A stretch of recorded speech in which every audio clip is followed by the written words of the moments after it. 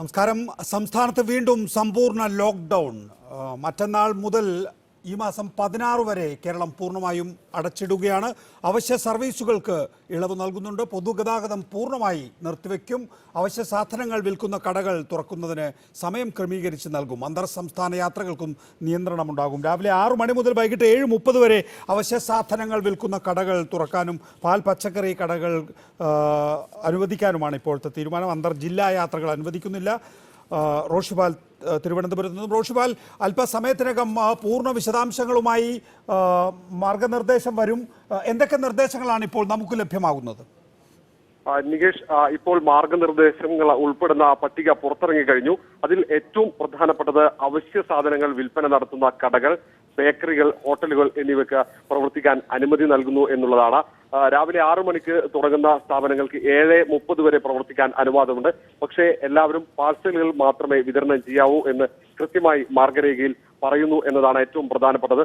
പൊതുഗതാഗതം പൂർണ്ണമായി നിർത്തുന്നു. പക്ഷേ അതിൽ റെയിൽ, വ്യോമയാനം അവിടെ അനുമതി നൽകുന്നുണ്ട്. വിദ്യാഭ്യാസ സ്ഥാപനങ്ങൾ അടച്ചിടാൻ നിർദ്ദേശമുണ്ട്.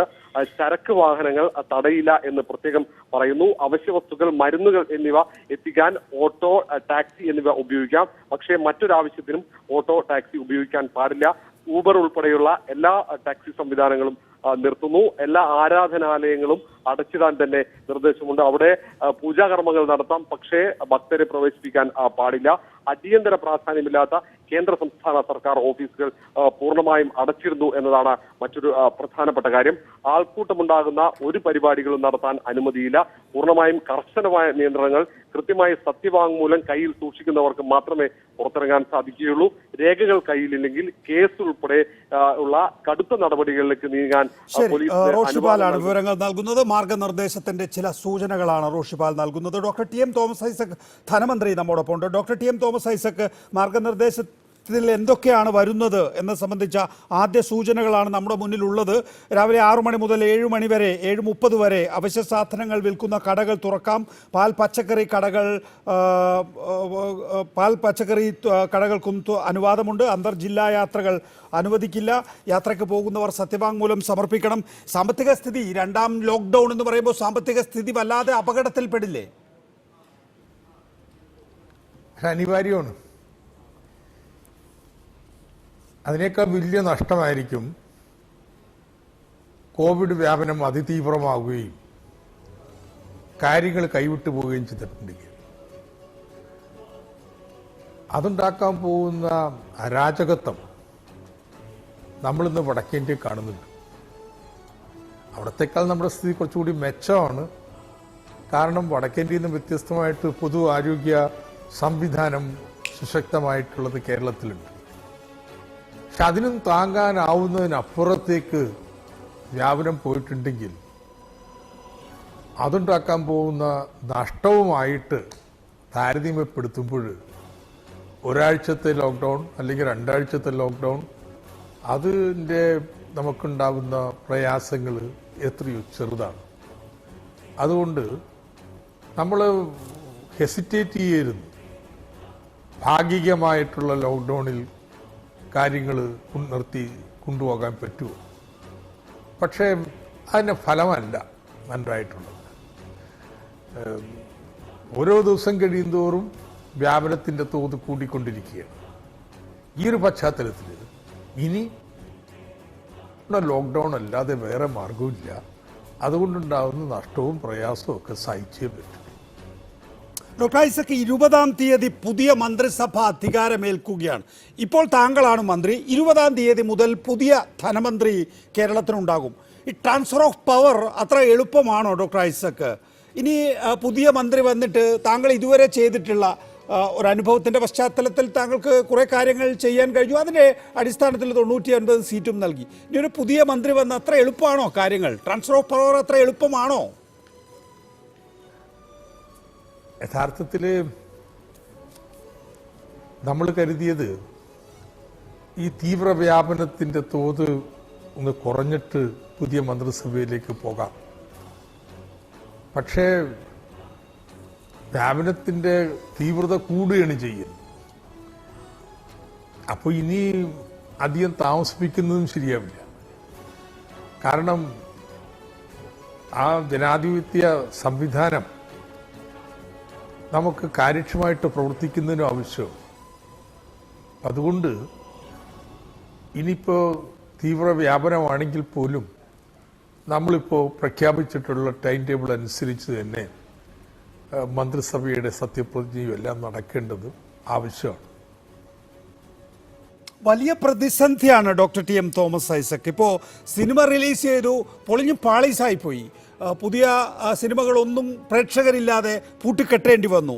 ടൂറിസം മേഖലയിൽ നമ്മളിപ്പോൾ കാണുന്ന ദൃശ്യങ്ങൾ അനുസരിച്ച് വലിയ റിസോർട്ടുകളിലെ സ്വിമ്മിംഗ് പൂളുകളിലെ കുരങ്ങുകൾ നീന്തി കുളിക്കുകയാണ്. അത് അതിൻ്റെ ഒരു നേർചിത്രമാണ് എന്ന് കരുതുകയാണ്. നോക്കൂ, ഡോക്ടർ ഐസക്കിന് പുതിയ ധനമന്ത്രിയോട് എന്താണ് പറയാനുള്ളത്?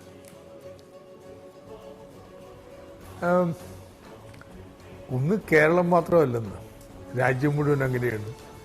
ലോകത്തിൻ്റെ ഗണ്യമായ ഒരു ഭാഗത്ത് ഇതാണ്. എല്ലാവരും കരുതിയത് ഇന്ത്യയിൽ കേന്ദ്ര ധനമന്ത്രിയുടെ നിരന്തരമായിട്ടുള്ള പ്രഖ്യാപനം ഇതാണ്: നമ്മൾ ഒരു വീക്ക് കെയറാണ്. പെട്ടെന്ന് ലോക്ക്ഡൗണൊക്കെ വന്നപ്പോൾ സാമ്പത്തികമായി തകർച്ച വന്നു. ഇനി വി അക്ഷരത്തിൻ്റെ മുകളിലേക്കുള്ളൊരു കയറ്റമാണ്. അങ്ങനെ ഒന്നായിരിക്കില്ല. ഞങ്ങൾ ഇംഗ്ലീഷിൽ പറയുന്ന ഡബിൾ ഡിപ്രഷൻ അല്ലെങ്കിൽ ഡബിൾ റിസഷൻ. ഒരു തകർച്ച വന്നു, അതിൽ നിന്ന് കരകയറുന്നതിന് മുമ്പ് തന്നെ വേറൊരു തകർച്ച, W പോലെയാവും. അപ്പോൾ അതിപ്പോൾ ലോകത്ത് മുഴുവനും ഇങ്ങനെ നീങ്ങുന്നതിനുള്ള സാധ്യതയാണ്. മൂന്നാം വ്യാപനത്തെക്കുറിച്ച് ചിലർ പറയുന്നുണ്ട്. അങ്ങനെ വന്നാൽ ഉറപ്പ്. അപ്പോൾ ഇങ്ങനത്തെ ഒരു സാഹചര്യം വരുമ്പോൾ നമ്മുടെ സാമ്പത്തിക സ്ഥിതി പ്രയാസത്തിലാവും, വരുമാനം കുറയും, ചെലവ് കൂടും.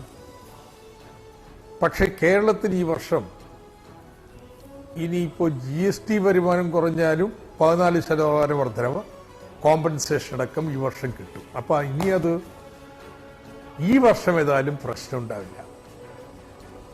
കേന്ദ്രത്തിൽ നിന്ന് തരുന്നത് കുറയും, ഡെവല്യൂഷൻ. പക്ഷേ നമ്മുടെ ഇടപെടലിൻ്റെയൊക്കെ ഫലമായിട്ട് ഫിനാൻസ് കമ്മീഷൻ വിസ്മയകരമായൊരു തുകയാണ്, 12,000 കോടി രൂപയാണ് നമുക്ക് ഈ വർഷം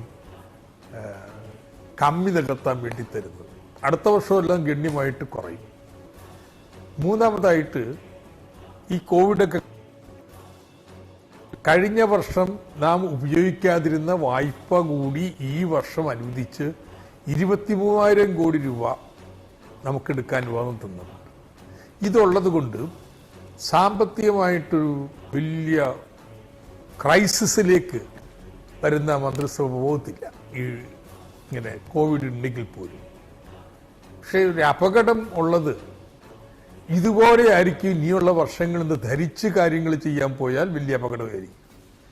കാരണം കോമ്പൻസേഷൻ ഈ വർഷം അവസാന വർഷം അടുത്ത വർഷം ഉണ്ടാവില്ല.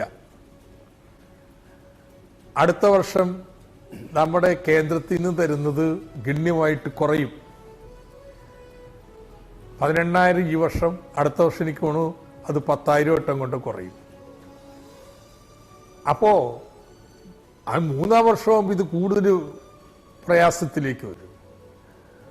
അപ്പോൾ പുതിയ മന്ത്രിസഭ ധനപരമായിട്ട് നോക്കുമ്പോൾ ഇങ്ങനെ ഭാവിയിൽ വരുമാനത്തിൽ ഈ വർഷം പോലെയല്ല വരും വർഷങ്ങളിൽ കൂടുതൽ ഗൗരവമായ സ്ഥിതിവിശേഷം ഉണ്ടാവും എന്ന് മനസ്സിൽ വെച്ചുകൊണ്ട് അടുത്ത വർഷങ്ങളിൽ വലിയ ബാധ്യതകൾ വരുന്ന കാര്യങ്ങൾ നമ്മൾ ഏറ്റെടുക്കരുത്. ഇന്നിപ്പോ നമ്മൾ എങ്ങനെയാണ് ഒന്നാം വ്യാപന ഘട്ടത്തിൽ കോവിഡിനെ നേരിട്ടത്, അതുപോലെ എല്ലാം ജനങ്ങളെ വിശ്വാസത്തിലെടുത്ത് ജനങ്ങൾക്ക് സമാശ്വാസം നൽകി ആരോഗ്യ പരിരക്ഷയ്ക്ക് ഊന്നൽ നൽകി ഉള്ള നടപടികൾ എടുക്കേണ്ടി വരും. അത് നമുക്ക് ചെയ്യാൻ പറ്റും. ചെയ്യുമ്പോൾ നമുക്ക് നമ്മളെ കാത്തിരിക്കുന്നത് ഇങ്ങനെ ഒരു പ്രതിസന്ധിയാണ് എന്നുള്ള ധാരണ വേണം. അതാണ് പുതിയ ധനമന്ത്രിയോട് അങ്ങേക്ക് പറയാനുള്ളത്. ദയവായി തുടരുക doctor T M Thomas Isaac. എനിക്ക് മറ്റതിഥികളിലേക്ക് കൂടി പോയി ഞാൻ ഒരിക്കൽ കൂടി താങ്കളിലേക്ക് മടങ്ങിയെത്താം. ഇപ്പോൾ നമ്മോടൊപ്പം doctor Pradeep VG, doctor Arun NM, doctor Junaid Rahman, doctor Manuraj എന്നിവർ. ആദ്യം ഡോക്ടർ ജുനൈദ് റഹ്മാൻ, ഇത് അനിവാര്യതയാണോ ഈ ലോക്ക്ഡൗൺ? ഈ ലോക്ക്ഡൌൺ അനിവാര്യതയാണ്. ഏകദേശം 10 ദിവസം മുമ്പ് തന്നെ 10 ദിവസം മുമ്പ് തന്നെ അനിവാര്യതയായിരുന്നു എന്ന് വെച്ചാൽ ലോക്ക്ഡൗൺ പ്രഖ്യാപിക്കേണ്ട സമയം പിന്നിട്ട് കഴിഞ്ഞിരിക്കുന്നു. തീർച്ചയായിട്ടും ഒരു 10 ദിവസം മുമ്പേ പ്രഖ്യാപിക്കേണ്ടതായിരുന്നു. കാരണം ഇനിയിപ്പോൾ ഇതിനൊരു ബ്രേക്ക് കിട്ടണമെന്നുണ്ടെങ്കിൽ ഈ ലോക്ക്ഡൗൺ കൊണ്ട് മാത്രമേ സാധിക്കുള്ളൂ. അല്ലെങ്കിൽ അനിയന്ത്രിതമായിട്ട് ഇതിങ്ങനെ മുകളിലോട്ട് കൂടിക്കൂടി വരുന്നതല്ലാതെ അസുഖത്തിന്റെ തോത് കുറയില്ല. അപ്പൊ അതുകൊണ്ട് തന്നെ തീർച്ചയായിട്ടും ഇതിപ്പോ ബെറ്റർ ലേറ്റ് ദാൻ നെവർ. മറ്റന്നാളോ അല്ലെങ്കിൽ എന്തുകൊണ്ടാണ് ഇങ്ങനെ ഒരു സാഹചര്യത്തിലേക്ക് നമ്മൾ എത്തിയത്? നോക്കൂ, 40,000-ത്തിലധികം പേർ പ്രതിദിന കോവിഡ് ബാധിതർ എന്ന് പറയുമ്പോൾ എന്താണ് ആ സാഹചര്യം? നമ്മളൊരു മ്യൂട്ടേഷനെ കുറിച്ച് പറയുന്നു, അതിൻ്റെ അതിവ്യാപനത്തെക്കുറിച്ച് പറയുന്നു. എന്നാൽ അങ്ങനെ അതിവ്യാപനമുള്ള മ്യൂട്ടേഷൻ ഉള്ളപ്പോൾ തന്നെ നമ്മൾ ലോക്ക്ഡൗൺ പ്രഖ്യാപിക്കാതെ മിനി ലോക്ക്ഡൗണിൽ തുടരുന്നു. യുക്തിയുണ്ടോ കാര്യങ്ങൾക്കെല്ലാം തന്നെയും? ഇത് യുക്തിയേക്കാൾ ഉപരി കുറെ പ്രാക്ടിക്കൽ ആയിട്ടുള്ള കാര്യമാണ് ഗവൺമെന്റ് ചെയ്തത്. എല്ലാവരെയും പൂർണ്ണമായ തോതിൽ ഒരു ലോക്ക്ഡൌണിലോട്ട് കൊണ്ടുപോകുന്നതിന്റെ ബുദ്ധിമുട്ടുകൾ ഒഴിവാക്കുക എന്നുള്ള ലക്ഷ്യം വെച്ചുകൊണ്ടായിരിക്കാം ഗവൺമെന്റ് നീട്ടിക്കൊണ്ട് പോയത്. പക്ഷെ ഇത് നീട്ടാതെ പറ്റില്ല എന്നുള്ള ഒരു സാഹചര്യം ഉണ്ട്. അത് കുറച്ചുകൂടെ മുൻകൂട്ടി കണ്ടിരുന്നെങ്കിൽ നന്നായിരുന്നു. അതായിരിക്കും പറയാം. ശരി, ഡോക്ടർ പ്രദീപ്, താങ്കളുടെ കാഴ്ചപ്പാട് എന്താണ്? 25.69 ആയിരുന്നു TPR. ഇന്നിപ്പോൾ അത് വീണ്ടും കൂടിയിരിക്കുന്നു. എറണാകുളം, കോഴിക്കോട്, മലപ്പുറം ജില്ലകൾ അതിവ്യാപനം എന്ന് പറഞ്ഞാൽ പോലെ തീ പിടിക്കുന്നത് പോലെയാണ് രോഗബാധ ഉണ്ടാകുന്നത്. ഈ ലോക്ക്ഡൗൺ കൊണ്ട് തന്നെ കാര്യങ്ങൾ 1-2 ആഴ്ചയൊക്കെ നമുക്ക് പരിഹരിക്കാനോ അല്ലെങ്കിൽ നിയന്ത്രിക്കാനോ ആകുമോ? ലോക്ക്ഡൗൺ ആണ് ഒരു ശാശ്വത പരിഹാരം എന്നുള്ള അഭിപ്രായം ശാസ്ത്രീയമായിട്ട് നമുക്ക് മുന്നോട്ട് വയ്ക്കാൻ കഴിയില്ല. കോവിഡ് വ്യാപനം ആരംഭിച്ച് ഏകദേശം 1 വർഷവും 3 മാസവും കഴിഞ്ഞു തുടങ്ങി. ഏകദേശം ലോകത്ത് മൊത്തം എടുത്തു കഴിഞ്ഞാൽ ഏകദേശം 1.5 വർഷത്തോളം കഴിഞ്ഞു. വിവിധ രാജ്യങ്ങളിലെല്ലാം തന്നെ നമുക്ക് അതിതീവ്രമായ വ്യാപനം ഉണ്ടായ സമയത്ത് ജനസഞ്ചാരം നിയന്ത്രിക്കുകയും അതോടൊപ്പം തന്നെ കൂടിച്ചേരൽ തടയുകയും ചെയ്യുന്നതിന് ഫലമായി സമ്പർക്കം നമുക്ക് വ്യാപനം കുറയ്ക്കുന്നതിന് സഹായകരമായിട്ടുണ്ട്. കേരളത്തിന്റെ പ്രത്യേകത എന്ന് പറഞ്ഞാൽ കേരളത്തിൽ വലിയ ജനസാന്ദ്രത, ഒരു സ്ക്വയർ കിലോമീറ്ററിൽ ഏകദേശം 900-ഓളം ആളുകൾ അധിവസിക്കുന്ന ഒരു കൊച്ചു പ്രദേശമാണ് കേരളം. മറ്റേത് സംസ്ഥാനത്തെക്കാളും കൂടുതൽ അവിടെയുള്ള നഗരപ്രദേശങ്ങളെക്കാളും കൂടുതൽ നമ്മുടെ ഗ്രാമപ്രദേശങ്ങൾ. ശരിയാണ്. പക്ഷേ ഡോക്ടർ പ്രദീപ്, എന്താണ് ഇപ്പോഴത്തെ റിയാലിറ്റി? ഹോസ്പിറ്റൽ ബെഡുകളില്ല, ICU കിടക്കകൾ കിട്ടാനില്ല, വെന്റിലേറ്റർ ഇല്ല, ഓക്സിജൻ ഇല്ല, ശ്മശാനങ്ങൾക്ക് പോലും ക്യൂ നിൽക്കേണ്ടി വരുന്നു, ശ്മശാനത്തിലെ അവസരത്തിന് പോലും ക്യൂ നിൽക്കേണ്ടി വരുന്നു എന്നുള്ള ഒരു സാഹചര്യത്തിലാണ് ഇപ്പോൾ ലോക്ക്ഡൗൺ പ്രഖ്യാപിച്ചിരിക്കുന്നത്. എത്ര കണ്ട് അപകടകരമായ അവസ്ഥയിലാണ് നമ്മൾ നിൽക്കുന്നത് ഡോക്ടർ പ്രദീപ്? അതായത് നമ്മൾ നേരത്തെ പറഞ്ഞ പോലെ രോഗവ്യാപനം തീവ്രമാകുമ്പോൾ അതിന്റെ ഒരു പീക്കിംഗ്, അതിന്റെ ഒരു ഉയർച്ച വളരെ പെട്ടെന്ന് ഉയരുന്നതിന് ഫലമായിട്ട് വളരെയധികം രോഗികൾ വരുന്നു. ഉദാഹരണത്തിന് 1000 രോഗികൾ വരികയാണെങ്കിൽ 1000 രോഗികൾ 5% രോഗികൾക്കാണ് ICU അഡ്മിഷൻ വേണ്ടി വരുന്നത്, അല്ലെങ്കിൽ 10%, 15% രോഗികൾക്ക് ആശുപത്രി അഡ്മിഷൻ വേണ്ടി വരുന്നു. ആ തോതിലാണ് വർദ്ധിച്ചു വരുന്നത്. അങ്ങനെ വരുമ്പോൾ 40,000, 50,000 എന്ന രീതിയിൽ ദൈനംദിന എല്ലാ ദിവസവുമാണ് നമുക്കറിയാൻ പറ്റും. തീവ്രമായിട്ട് രോഗബാധ ഉണ്ടായ ഒരു രോഗിയെ 1-2 ദിവസം കൊണ്ട് നമുക്ക് ഡിസ്ചാർജ് ചെയ്യാൻ കഴിയില്ല. ആ രോഗി ചുരുങ്ങിയത് ഒരാഴ്ചയെങ്കിലും ഒരു ICUവിലെ കിടക്കേണ്ട അവസ്ഥ വരുന്നുണ്ട്. അതുകൊണ്ട് തന്നെ പ്രതിദിനം 40,000, 35,000, 40,000, 50,000 തോതിൽ രോഗികൾ വർദ്ധിച്ചു വന്നു കഴിഞ്ഞാൽ അതിലുണ്ടാവുന്ന അതിതീവ്രമായ രോഗവ്യാപനം ഉണ്ടായ അല്ലെങ്കിൽ തീവ്രമായ രോഗബാധിതരായ രോഗികളെ അഡ്മിറ്റ് ചെയ്യുന്നതിനുള്ള സംവിധാനം നമുക്ക് ഇല്ലാതെ പോകും. അതാണ് ഇപ്പോഴുള്ള ഏറ്റവും പ്രധാനപ്പെട്ട കാര്യം. ദയവായി തുടരുക ഡോക്ടർ മനുരാജ്. ഇന്ന് ഞാൻ ഡൽഹിയിൽ ഒരു രോഗബാധിതനായിട്ടുള്ള സുഹൃത്തിനോട് സംസാരിച്ചപ്പോൾ പറയുകയാണ്, എത്ര VIP ആയാലും ഒരു കിടക്ക കിട്ടാനില്ല എന്ന് പറയുന്നത് ആരും നമുക്ക് തരാത്തതല്ല. അങ്ങനെ ഒരു സാഹചര്യം സൃഷ്ടിക്കാനാകില്ല. ഒരാളെ വലിച്ച് പുറത്തേക്കിടാൻ കഴിയില്ലല്ലോ. ഒരു ബെഡാണെങ്കിൽ വേണമെങ്കിൽ നിലത്ത് കിടന്നോ എന്ന് പറയാം. ഇത് ഓക്സിജൻ ബെഡാണ് ആവശ്യപ്പെടുന്നതെങ്കിൽ, ICU ബെഡാണ് ആവശ്യപ്പെടുന്നതെങ്കിൽ, വെന്റിലേറ്റർ ബെഡാണ് ആവശ്യപ്പെടുന്നതെങ്കിൽ തരാൻ കഴിയില്ല. അത് എത്ര വലിയ ആളായാലും എത്ര അടിയന്തര സാഹചര്യമായാലും എന്നുള്ളതാണ്. അങ്ങനെ ഒരു സാഹചര്യത്തിലേക്ക് കേരളം പോവുകയാണോ ഡോക്ടർ മനുരാജ്? നികേഷ്, ഈ ചോദ്യത്തിൻ്റെ ഉത്തരം തന്നെ വളരെ ഡേഞ്ചറസ് ആണ്, വളരെ അപകടകരമാണ്. കാര്യം കേരളത്തിൽ ഇപ്പം 3.9 ലക്ഷം ആക്റ്റീവ് കേസുകളുണ്ട്. നമ്മൾ ഇന്ന് കണ്ടത് എത്രയാണ്? ഇന്ന് നമുക്ക് ഏതാണ്ട് 42,000 മേലെ ആക്റ്റീവ് കേസുകൾ ഉണ്ട്, പുതിയ കേസുകൾ വന്നു. അപ്പോൾ റിക്കവറി എന്ന് പറഞ്ഞാൽ ഒരു 20,000 മറ്റു വരും. അപ്പോൾ നമ്മൾ മൊത്തത്തിൽ ആക്റ്റീവ് കേസുകളിലേക്ക് കൊടുക്കുന്ന സംഭാവന ഒരു ദിവസം 25,000-നും 30,000-നും ഇടയ്ക്കാണ്. അതായത് 10% വർദ്ധിച്ചു കൊണ്ടിരിക്കുന്ന ഒരു ആക്റ്റീവ് കേസ് ലോഡാണ് കേരളം ഇപ്പോൾ താങ്ങുന്നത്. അടച്ചിട്ടുമില്ല.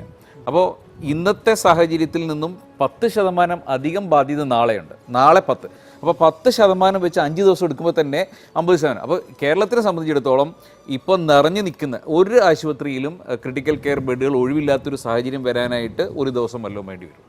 അപ്പോൾ ഡൽഹിയിൽ പോലെ സാച്ചുറേറ്റഡ് ആയി കഴിഞ്ഞാൽ ഇവരെവിടെ പോയി കിടക്കും? 100 പേര് കോവിഡ് രോഗികൾ വരുമ്പോൾ 1-2 പേര് ക്രിട്ടിക്കൽ കെയറിലെത്തും. അത് നമ്മുടെ കണക്കാണ്. അതിൽ ഇതിപ്പോൾ 1000 ആയാലും 10000 ആയാലും കോഴിക്കോടാണെങ്കിലും മലപ്പുറം ആണെങ്കിലും അത് തന്നെ സംഭവം. അപ്പോൾ 40,000 കേസുകൾ വരുമ്പോൾ അതിലൊരു 400 പേര് അല്ലെങ്കിൽ 800 പേര് ICUവിലെത്തും എന്നുള്ളൊരു ദീർഘവീക്ഷണം എന്തേ ഗവൺമെൻറ് ഇല്ലാതെ പോയി? അതുകൊണ്ടാണ് ഞാൻ പറഞ്ഞത് ലോക്ക്ഡൗൺ വൈകുന്ന ഓരോ ദിവസവും ഈ 800 പേരുടെ അധിക ഉത്തരവാദിത്തം ഗവൺമെൻറ് എവിടുന്ന് ICU ബെഡ് എടുത്ത് ചെയ്യും എന്ന് ആലോചിക്കേണ്ടിയിരുന്നു. ഇപ്പോൾ ഇന്ന് അടച്ചിട്ടാൽ ഒരാഴ്ച എടുത്തിട്ടേ ഈ ഒരു പീക്കിങ്ങിലേക്ക് എത്തുള്ളൂ. അടുത്ത 10 ദിവസത്തേക്ക് ഏതാണ്ട് 8000 പേര് ICUവിൽ എത്തുന്നത് എങ്ങനെ മാനേജ് ചെയ്യുമെന്ന് എനിക്ക് സത്യം പറഞ്ഞാൽ ഉത്തരവില്ല. അത് ഗവൺമെൻറ്റിന് മുന്നിൽ ഉത്തരവുണ്ടാവില്ല. അത്ര അപകടകരമായ ഒരു അവസ്ഥയിൽ നിൽക്കുമ്പോൾ ഇപ്പോഴും നമ്മൾ തുറന്നിരിക്കുക. നമ്മൾ 8 തൊട്ടാണ് ലോക്ക്ഡൗൺ എന്ന് പറയുന്നത്. അതിലൊരു ലോജിക്ക് തന്നെയില്ല. അതെ, ദയവായി തുടരുക. ഡോക്ടർ അരുൺ, ഈ വാദത്തോട് യോജിക്കുന്നുണ്ടോ? എത്ര അപകടകരമായ അവസ്ഥയിലാണ് നമ്മൾ ഉള്ളത് എന്നെ സംബന്ധിച്ച് സർക്കാരിന് തന്നെ ഒരു മറുപടി ഉണ്ടാകുമെന്ന് കരുതുന്നില്ല എന്നാണ് ഡോക്ടർ മൻരാജ് പറയുന്നത്. ശരിയാണ്, വളരെ അപകടകരമായ അവസ്ഥയിൽ തന്നെയാണ്. ഞാൻ പാലക്കാട് നിന്നാണ് സംസാരിക്കുന്നത്. ഇവിടെ ഒരു സ്വകാര്യ മേഖലയിലെ ഒരു ICU ബെഡ് ഒഴിവായ സാധാരണ ഒരു ബെഡ്, ഒരു ഓക്സിജൻ ബെഡ് പോലും കിട്ടാൻ വളരെ ബുദ്ധിമുട്ടാണ്. ഗവൺമെന്റിലെ ചില CFLTCയിൽ മാത്രമേ ബെഡുകൾ ഉള്ളൂ. അപ്പോൾ ബെഡുകളുടെ വളരെ അവൈലബിലിറ്റി വളരെ വളരെ കുറവാണ്. സത്യം പറഞ്ഞാൽ നമ്മളൊരു ഒരാഴ്ച മുമ്പ് ഈ തലത്തിലേക്ക് നമുക്ക് നീങ്ങണമായിരുന്നു. അത് നമ്മൾ കുറച്ച് വൈകിപ്പോയി. അത് ഈ ഇലക്ഷൻ വോട്ടെണ്ണലും എല്ലാം കൂടിയിട്ട് നമ്മൾ വൈകിപ്പോയി. പക്ഷെ ഇനിയെങ്കിലും നമ്മളത് വളരെ സ്ട്രിക്റ്റ് ആയിട്ട് ഏർപ്പെടുത്തിയാൽ മാത്രമേ നമുക്ക് എന്തെങ്കിലും മുന്നോട്ട് പോകാൻ സാധിക്കുകയുള്ളൂ. നമ്മുടെ ഈ കർവിനെ ഒന്ന് ഫ്ലാറ്റൻ ചെയ്യാന്നാണ് നമ്മുടെ ലക്ഷ്യം. അതിന് തന്നെ നമ്മൾ ഈ നാളെ അല്ലെങ്കിൽ മറ്റന്നാൾ മുതൽ തുടങ്ങുന്ന ലോക്ക്ഡൌണിന്റെ ഇഫക്റ്റ് കാണണമെങ്കിൽ 7-10 ദിവസം പിടിക്കും. അപ്പൊ നമ്മളിപ്പോ ഒരു 9 ദിവസത്തിനാണ് ലോക്ക്ഡൌൺ പറഞ്ഞിരിക്കുന്നത്. 9ാം ദിവസത്തിൽ നമുക്ക് വല്ല എഫക്ട് കിട്ടുമോ ഇല്ലേ നമുക്ക് ഇപ്പോഴും അറിയില്ല.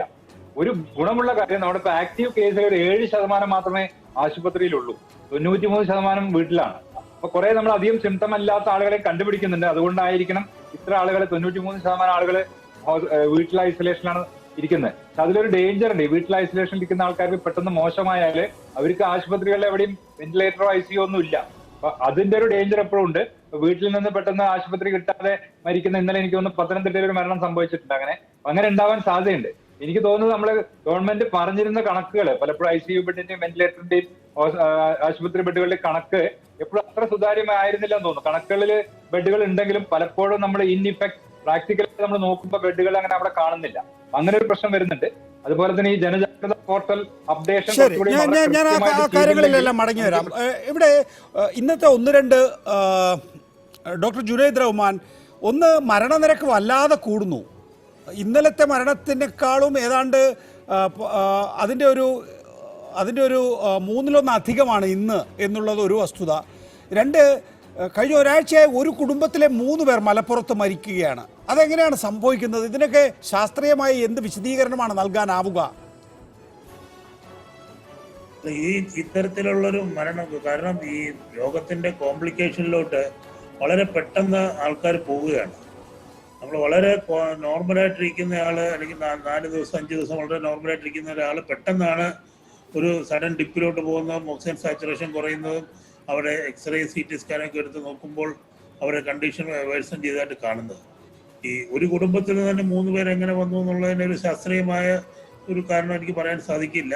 എന്നിരുന്നാലും ഈ നേരത്തെ എല്ലാവരും പറഞ്ഞതുപോലെ നമ്മൾ വളരെ ഒരു ഡേഞ്ചറസ് സിറ്റുവേഷനിലോട്ടാണ് പോകുന്നത്. ICU ബെഡ്സിന്റെ അവൈലബിലിറ്റി എനിക്ക് 1-2 കാര്യങ്ങളിൽ ആർക്കെങ്കിലും ഒക്കെ മറുപടി പറയാനുണ്ടെങ്കിൽ ദയവായി പറയുക. എല്ലാവരും ഡോക്ടർമാരാണല്ലോ ഇതിനകത്തുള്ളത്. ഒന്ന്, സാധാരണഗതിയിൽ ചെറുപ്പക്കാരെ ഇത് മാരകമായി ബാധിക്കാറില്ല. പുതിയ രോഗികളിൽ ചെറുപ്പക്കാർ കൂടി രോഗം ബാധിക്കുന്നതിനൊപ്പം മാരകമാകുന്നു എന്നുള്ള ഒരു വിഷയം. 2, ഒരു കുടുംബത്തിലെ 3 പേര്, അത് 3 വ്യത്യസ്ത പ്രായങ്ങളിലുള്ളവർ, ഒരു മകനും ഒരു അമ്മയും അച്ഛനുമാണ്. അമ്മയ്ക്ക് സ്വാഭാവികമായി അച്ഛനേക്കാളും പ്രായം കുറവാണ് ഈ കാര്യത്തിൽ എന്തെങ്കിലും. അപ്പോൾ ഇതൊക്കെ എങ്ങനെ സംഭവിക്കുന്നു എന്നെ സംബന്ധിച്ച് ഒരു വിശദീകരണം കൊടുത്തില്ലെങ്കിൽ ആളുകൾ കൂടുതൽ പാനിക്കാവുകയല്ലേ ചെയ്യുക? നികേഷ്, ഞാൻ അതിലൊരു ചെറിയൊരു ക്ലാരിഫിക്കേഷൻ തരാം. അതായത് നമ്മള് 45 വയസ്സ് 60 വയസ്സിന് മുകളിലുള്ള ആളുകൾക്കുള്ള വാക്സിനേഷൻ ഏറ്റവും നേരത്തെ തന്നെ നമ്മൾ തുടങ്ങിയിരുന്നു. മിക്കവാറും വാക്സിനേഷൻ എടുത്ത ആൾ, ഒരു ഡോസെങ്കിലും വാക്സിനേഷൻ എടുത്താണ് കുറേയധികം വലിയ ഒരു കേരള സമൂഹത്തിലെ വലിയ എൽഡർലി ആയിട്ടുള്ള വൃദ്ധജനങ്ങളായിട്ടുള്ള ആളുകൾ. അതുകൊണ്ട് തന്നെ അവിടെ ഒരു ഭാഗികമായിട്ടുള്ള ഇമ്മ്യൂണിറ്റി ഉണ്ടാവാനുള്ള സാധ്യതയുണ്ട്. തീർച്ചയായിട്ടും ഈ വാക്സിനേഷൻ എടുത്ത ആളുകളിൽ വാക്സിനേഷൻ എടുക്കാത്ത ആളുകളെ സംബന്ധിച്ചിടത്തോളം രോഗാതുരത അല്ലെങ്കിൽ രോഗത്തിന്റെ തീവ്രത കുറഞ്ഞതായിട്ട് കാണുന്നുണ്ട്. അത് ആരോഗ്യ പ്രവർത്തകരിലാകട്ടെ പൊതുസമൂഹത്തിലാകട്ടെ. അതോടൊപ്പം തന്നെ ചെറുപ്പക്കാരായ ആളുകൾക്ക് നമുക്ക് വാക്സിനേഷൻ നൽകാൻ കഴിഞ്ഞിട്ടില്ല. ഇപ്പോഴും 18 മുതൽ 45 വയസ്സ് വരെയുള്ള ആളുകൾ കഴിഞ്ഞിട്ടില്ല. അതാണ് അതിലൊരു നമുക്ക് വെക്കാവുന്ന ഒരു വിശദീകരണം. രണ്ടാമത്, ഒരേ ഫാമിലിയിൽ നമുക്ക് വിവിധതരം മ്യൂട്ടേഷൻ, ജനിതക മാറ്റം വന്ന വൈറസുകൾ വരുന്നതായിട്ട് നമുക്ക് കണ്ടു. കഴിഞ്ഞ ഒരു വർഷത്തെ കൃത്യമായിട്ടുള്ള പഠനങ്ങൾ നമുക്കുണ്ടെങ്കിൽ ആ പഠനത്തിന്റെ അടിസ്ഥാനത്തിൽ നമുക്ക് അതിനെ കാറ്റഗറൈസ് ചെയ്യാവും. ഇത്തരം പ്രത്യേക വിഷയങ്ങളിൽ ഇത്തരം ആളുകളിൽ നിന്ന്, രോഗികളിൽ നിന്നുള്ള സാമ്പിളുകൾ എടുത്തുകൊണ്ട് നമുക്ക് ജനിതകമായിട്ടുള്ള പഠനം ഒന്നുകൂടി ഊർജിതമാക്കുകയും കണ്ടെത്തുകയുമാണ്. ഉദാഹരണത്തിന് ഒരു വൈശാഖ് സ്ട്രെയിൻ, നമ്മുടെ ആന്ധ്രയിൽ നിന്നുള്ള ഒരു പ്രത്യേക ഭാഗത്ത് അഫക്ട് ചെയ്തിട്ടുള്ള വൈറസ് വളരെ തീവ്രമാണെന്നും സാധാരണത്തേക്കാളും 10 മടങ്ങ് തീവ്രതയോട് വരുന്നെന്നും മരണനിരക്ക് വളരെ കൂടുതലാണെന്നും ഹൈദരാബാദിൽ നിന്ന് റിപ്പോർട്ട് ചെയ്യുന്നുണ്ട്. അപ്പൊ ആ രീതിയിലേക്ക് തീവ്രമായിട്ടുള്ള വൈറസ്. ഡോക്ടർ ജുനൈദ് റഹ്മാൻ, ഈ പറയുന്നത് പോലെ ചില മ്യൂട്ടേഷൻ മാരകമായി തീരുന്നുണ്ടോ? അതാണോ ഒരു കുടുംബത്തിലെ 3 പേരെയും ആക്രമിച്ച് കൊന്നുകളയുന്നത്? അതായിരിക്കും നമുക്ക് ആ രീതിയിൽ അത് സങ്കല്പിക്കാൻ സാധിക്കുള്ളൂ. ഇനി കൂടുതൽ ശാസ്ത്രീയ പഠനങ്ങൾ വന്നു കഴിഞ്ഞാൽ അതിനൊരു അന്തിമ ഉത്തരം നൽകാൻ സാധിക്കുള്ളൂ. എന്നിരുന്നാലും ഈ ചില മ്യൂട്ടേഷൻസ്, ചില വൈറസ് അഫക്റ്റ് ചെയ്യുന്നത് വളരെ, അതുകൊണ്ടാണല്ലോ ചില ആൾക്കാർക്ക് വളരെ സീരിയസ് ആയിട്ട് വരുന്നത്. തീർച്ചയായിട്ടും ഇത് നമ്മുടെ ഓരോ ദിവസം കഴിയുന്നതോറും ഓരോ വ്യത്യസ്തമായ മുഖങ്ങളാണ് ഈ അസുഖത്തിന് കണ്ടുകൊണ്ടിരിക്കുന്നത്. ഇന്നലെ കാണുന്നതല്ല ഇന്ന് കാണുന്നതല്ല നാളെ കാണുന്നത്. ഇവിടെ നമ്മൾ ചെയ്യേണ്ട ഈ പ്രധാനപ്പെട്ട കാര്യങ്ങളായ അസുഖം സ്പ്രെഡ് ചെയ്യുന്നതിൽ നിന്നുള്ള ആ ഒരു പ്രിവെൻഷനാണ് നമ്മളിപ്പോൾ ഇനിയിപ്പോൾ ഊന്നൽ നൽകേണ്ടത്. അതുപോലൊപ്പം തന്നെ ചികിത്സയ്ക്ക് വേണ്ടിയിട്ടുള്ള സൗകര്യങ്ങൾ ഒരുക്കുന്നത്. അപ്പോൾ അതിലോട്ട് ഫോക്കസ് ചെയ്യുക. ശാസ്ത്രം കൂടുതൽ പരീക്ഷണങ്ങളിൽ കൂടെ ഇതിൻ്റെ മറ്റുള്ള കാര്യങ്ങൾ കണ്ടുപിടിക്കും. അതിന് പുതിയ പുതിയ വിവരങ്ങൾ ഓരോ ദിവസം കഴിയുന്നതോറും പുറത്തു വരുന്നുണ്ട്. പക്ഷേ ഇപ്പോൾ നമ്മൾ പ്രധാനമായിട്ട് ഫോക്കസ് ചെയ്യേണ്ടത് ഒന്ന് പ്രിവെൻഷനാണ്, മറ്റൊന്ന് ഈ അസുഖം വന്നവർക്ക്. മടങ്ങിയെത്താം. ഡോക്ടർ മനുരാജ്, ഈ ചെറുപ്പക്കാരിലെ ഈ രോഗം മാരകമായി ബാധിക്കില്ല എന്നുള്ളത് പുതിയ മ്യൂട്ടേഷന് ബാധകമല്ലേ? നികേഷ്, ഇതിനകത്ത് ചെറുപ്പക്കാരിൽ ഇത് ബാധിക്കില്ല എന്നൊരു കണക്കില്ല. ഒരു 100 മാരകമായ 100 രോഗികൾ എടുത്തു കഴിഞ്ഞാൽ പ്രായം കൂടുന്നതനുസരിച്ച് അതിൻ്റെ പ്രോബബിലിറ്റി കൂടും. അതായത് ഇപ്പോൾ 60 വയസ്സുള്ള ഒരാൾക്ക് ഗുരുതരമായ രോഗം വരാനുള്ള സാധ്യത ഒരു 10% ആണെങ്കിൽ ചെറുപ്പക്കാരനത് 2-3% കുറയും. പക്ഷേ അവിടെയും ഇവിടെയും ചെറുപ്പക്കാർ ഗുരുതരാവസ്ഥയിൽ വിദേശത്തുമൊക്കെ മരിച്ചിട്ടുണ്ട്. ഇപ്പോഴത്തെ ഒരു മ്യൂട്ടേഷനിൽ നമ്മൾ ചെറുപ്പക്കാർ കൂടുതലായിട്ട് ICUയിൽ വരുമ്പോൾ 2 കാരണങ്ങൾ നമുക്ക് സംശയിക്കാം. ഒന്ന്, മുതിർന്നവർ വാക്സിനേറ്റ് ചെയ്തിട്ടുണ്ടാവും, നേരത്തെ ഡോക്ടർ പ്രദീപ് പറഞ്ഞ പോലെ. 2, ഒരുപാട് പേർക്ക് അസുഖം വരുമ്പോൾ അതിൽ കുറച്ച് ചെറുപ്പക്കാരും ഉണ്ടാവില്ലേ. അല്ലാതെ ഈ വൈറസിന് ചെറുപ്പക്കാരിൽ അമിതമായിട്ട് അല്ലെങ്കിൽ അവരെ കൂടുതൽ ആക്രമിച്ച് കൂടുതൽ. ഇന്നിപ്പോൾ സുപ്രീം കോടതി പറഞ്ഞിരിക്കുന്നത് 3ാം വ്യാപനത്തിൽ കുട്ടികളെയാണ് അത് അധികമായി ബാധിക്കുക. അതുകൊണ്ട് കുട്ടികളെ ബാധിച്ചു കഴിഞ്ഞാൽ ആശുപത്രികളിലേക്ക് കുട്ടികൾക്കൊപ്പം മുതിർന്നവർ കൂടി പോകേണ്ടി വരും. അതുകൊണ്ട് ഉടൻ തന്നെ മുതിർന്നവരുടെ വാക്സിനേഷൻ പൂർത്തിയാക്കണം, കുട്ടികൾക്ക് കൊടുത്തു തുടങ്ങുകയും വേണമെന്നുള്ളതാണ്. വളരെ ഗുരുതരമായിട്ടുള്ള സ്ഥിതിവിശേഷമല്ലേ അത് സയന്റിഫിക് അല്ല. അത് സുപ്രീം കോടതി അങ്ങനെ പറഞ്ഞിട്ടുണ്ടെങ്കിൽ അത് എന്തെങ്കിലും ഒരു ശാസ്ത്ര പഠനത്തിൻ്റെ അടിസ്ഥാനത്തിലല്ല. കാര്യം ഈ വൈറസ് ഇതുവരെയും കുട്ടികളെ ടാർഗറ്റ് ചെയ്ത് അല്ലെങ്കിൽ കുട്ടികളിലും കൗമാരക്കാരിലും പ്രശ്നങ്ങൾ ഉണ്ടാക്കുന്നതായിട്ട് ഒരു പഠനവും വന്നിട്ടില്ല. ഏറ്റവും സേഫായിട്ട് ഉള്ളതിൽ ഏറ്റവും എന്താ പറയുക, അപകടം ഒഴിഞ്ഞ ഭാഗത്ത് നിൽക്കുന്നവരാണ് ചെറിയ കുട്ടികളും കൗമാരക്കാരും. അവർ അപൂർവമായിട്ട് ഇൻഫെക്ഷൻ വന്നു പോയതിനു ശേഷം മിസ്ക് എന്ന് പറഞ്ഞിട്ട് മൾട്ടി ഇൻഫ്ലമേറ്ററി സിസ്റ്റമിക് ഇൽനെസ് അങ്ങനെ വരുന്ന ഒരു അസുഖം മാത്രമേ ഉള്ളൂ. കുട്ടികളിലേക്ക് മാറുന്ന ഒരു എപ്പിഡമിയോളജിക്കൽ ട്രെൻഡ് ഒരു പഠനവും നടത്തിയിട്ടില്ല. സുപ്രീം കോടതി ഒരുപക്ഷെ സ്വന്തമായ അഭിപ്രായം എക്സ്ട്രാപ്പുലേറ്റ് ചെയ്തായിരിക്കും. ശാസ്ത്രീയമായിട്ട് അതിനൊരു അടിസ്ഥാനമുള്ളതായിട്ട് എനിക്ക് തോന്നുന്നില്ല. ശരി. Doctor TM Thomas Isaac, GST compensation അടുത്ത വർഷമില്ല എന്ന് താങ്കൾ നേരത്തെ പറഞ്ഞു കഴിഞ്ഞിരിക്കുന്നു. ഇനി GST കോമ്പൻസേഷൻ ഇല്ലാത്ത ഒരു സാഹചര്യം വരുമ്പോൾ കോവിഡിൻ്റെ 3ാം തരംഗത്തെ എങ്ങനെയാണ് നമ്മൾ നേരിടുക എന്നുള്ളതാണ്. 2ാം തരംഗത്തെ തന്നെ നേരിടാനിരിക്കുന്നതേ ഉള്ളൂ. ഇനി അഥവാ 3ാം തരംഗത്തെക്കുറിച്ച് മുന്നറിയിപ്പ് സുപ്രീം കോടതി തരുമ്പോൾ നമുക്കതിനെ അവഗണിക്കാനാകില്ല. ഇപ്പോൾ റവന്യൂ വരുമാനത്തിൽ 14% കുറവ് താങ്കൾക്ക് തന്നെ ഉണ്ടായിരുന്നു. 36% ചെലവ് കൂടുകയും ചെയ്തിരിക്കുന്നു. ഈ അന്തരം കൂടി വരികയാണ്. പുതിയ മന്ത്രിയുടെ കയ്യിൽ, താങ്കൾക്ക് ശേഷം വരുന്ന മന്ത്രിയുടെ കയ്യിൽ മാന്ത്രിക വടിയൊന്നും ഇല്ലല്ലോ മിനിസ്റ്റർ. അല്ല, നമുക്ക് GST വരുമാനം വർദ്ധിപ്പിക്കാൻ കഴിയാതെ വന്നത് GST നികുതി പിരിവ് സംവിധാനം കേരളത്തിൽ മാത്രം ഉണ്ടാക്കുന്നതല്ല.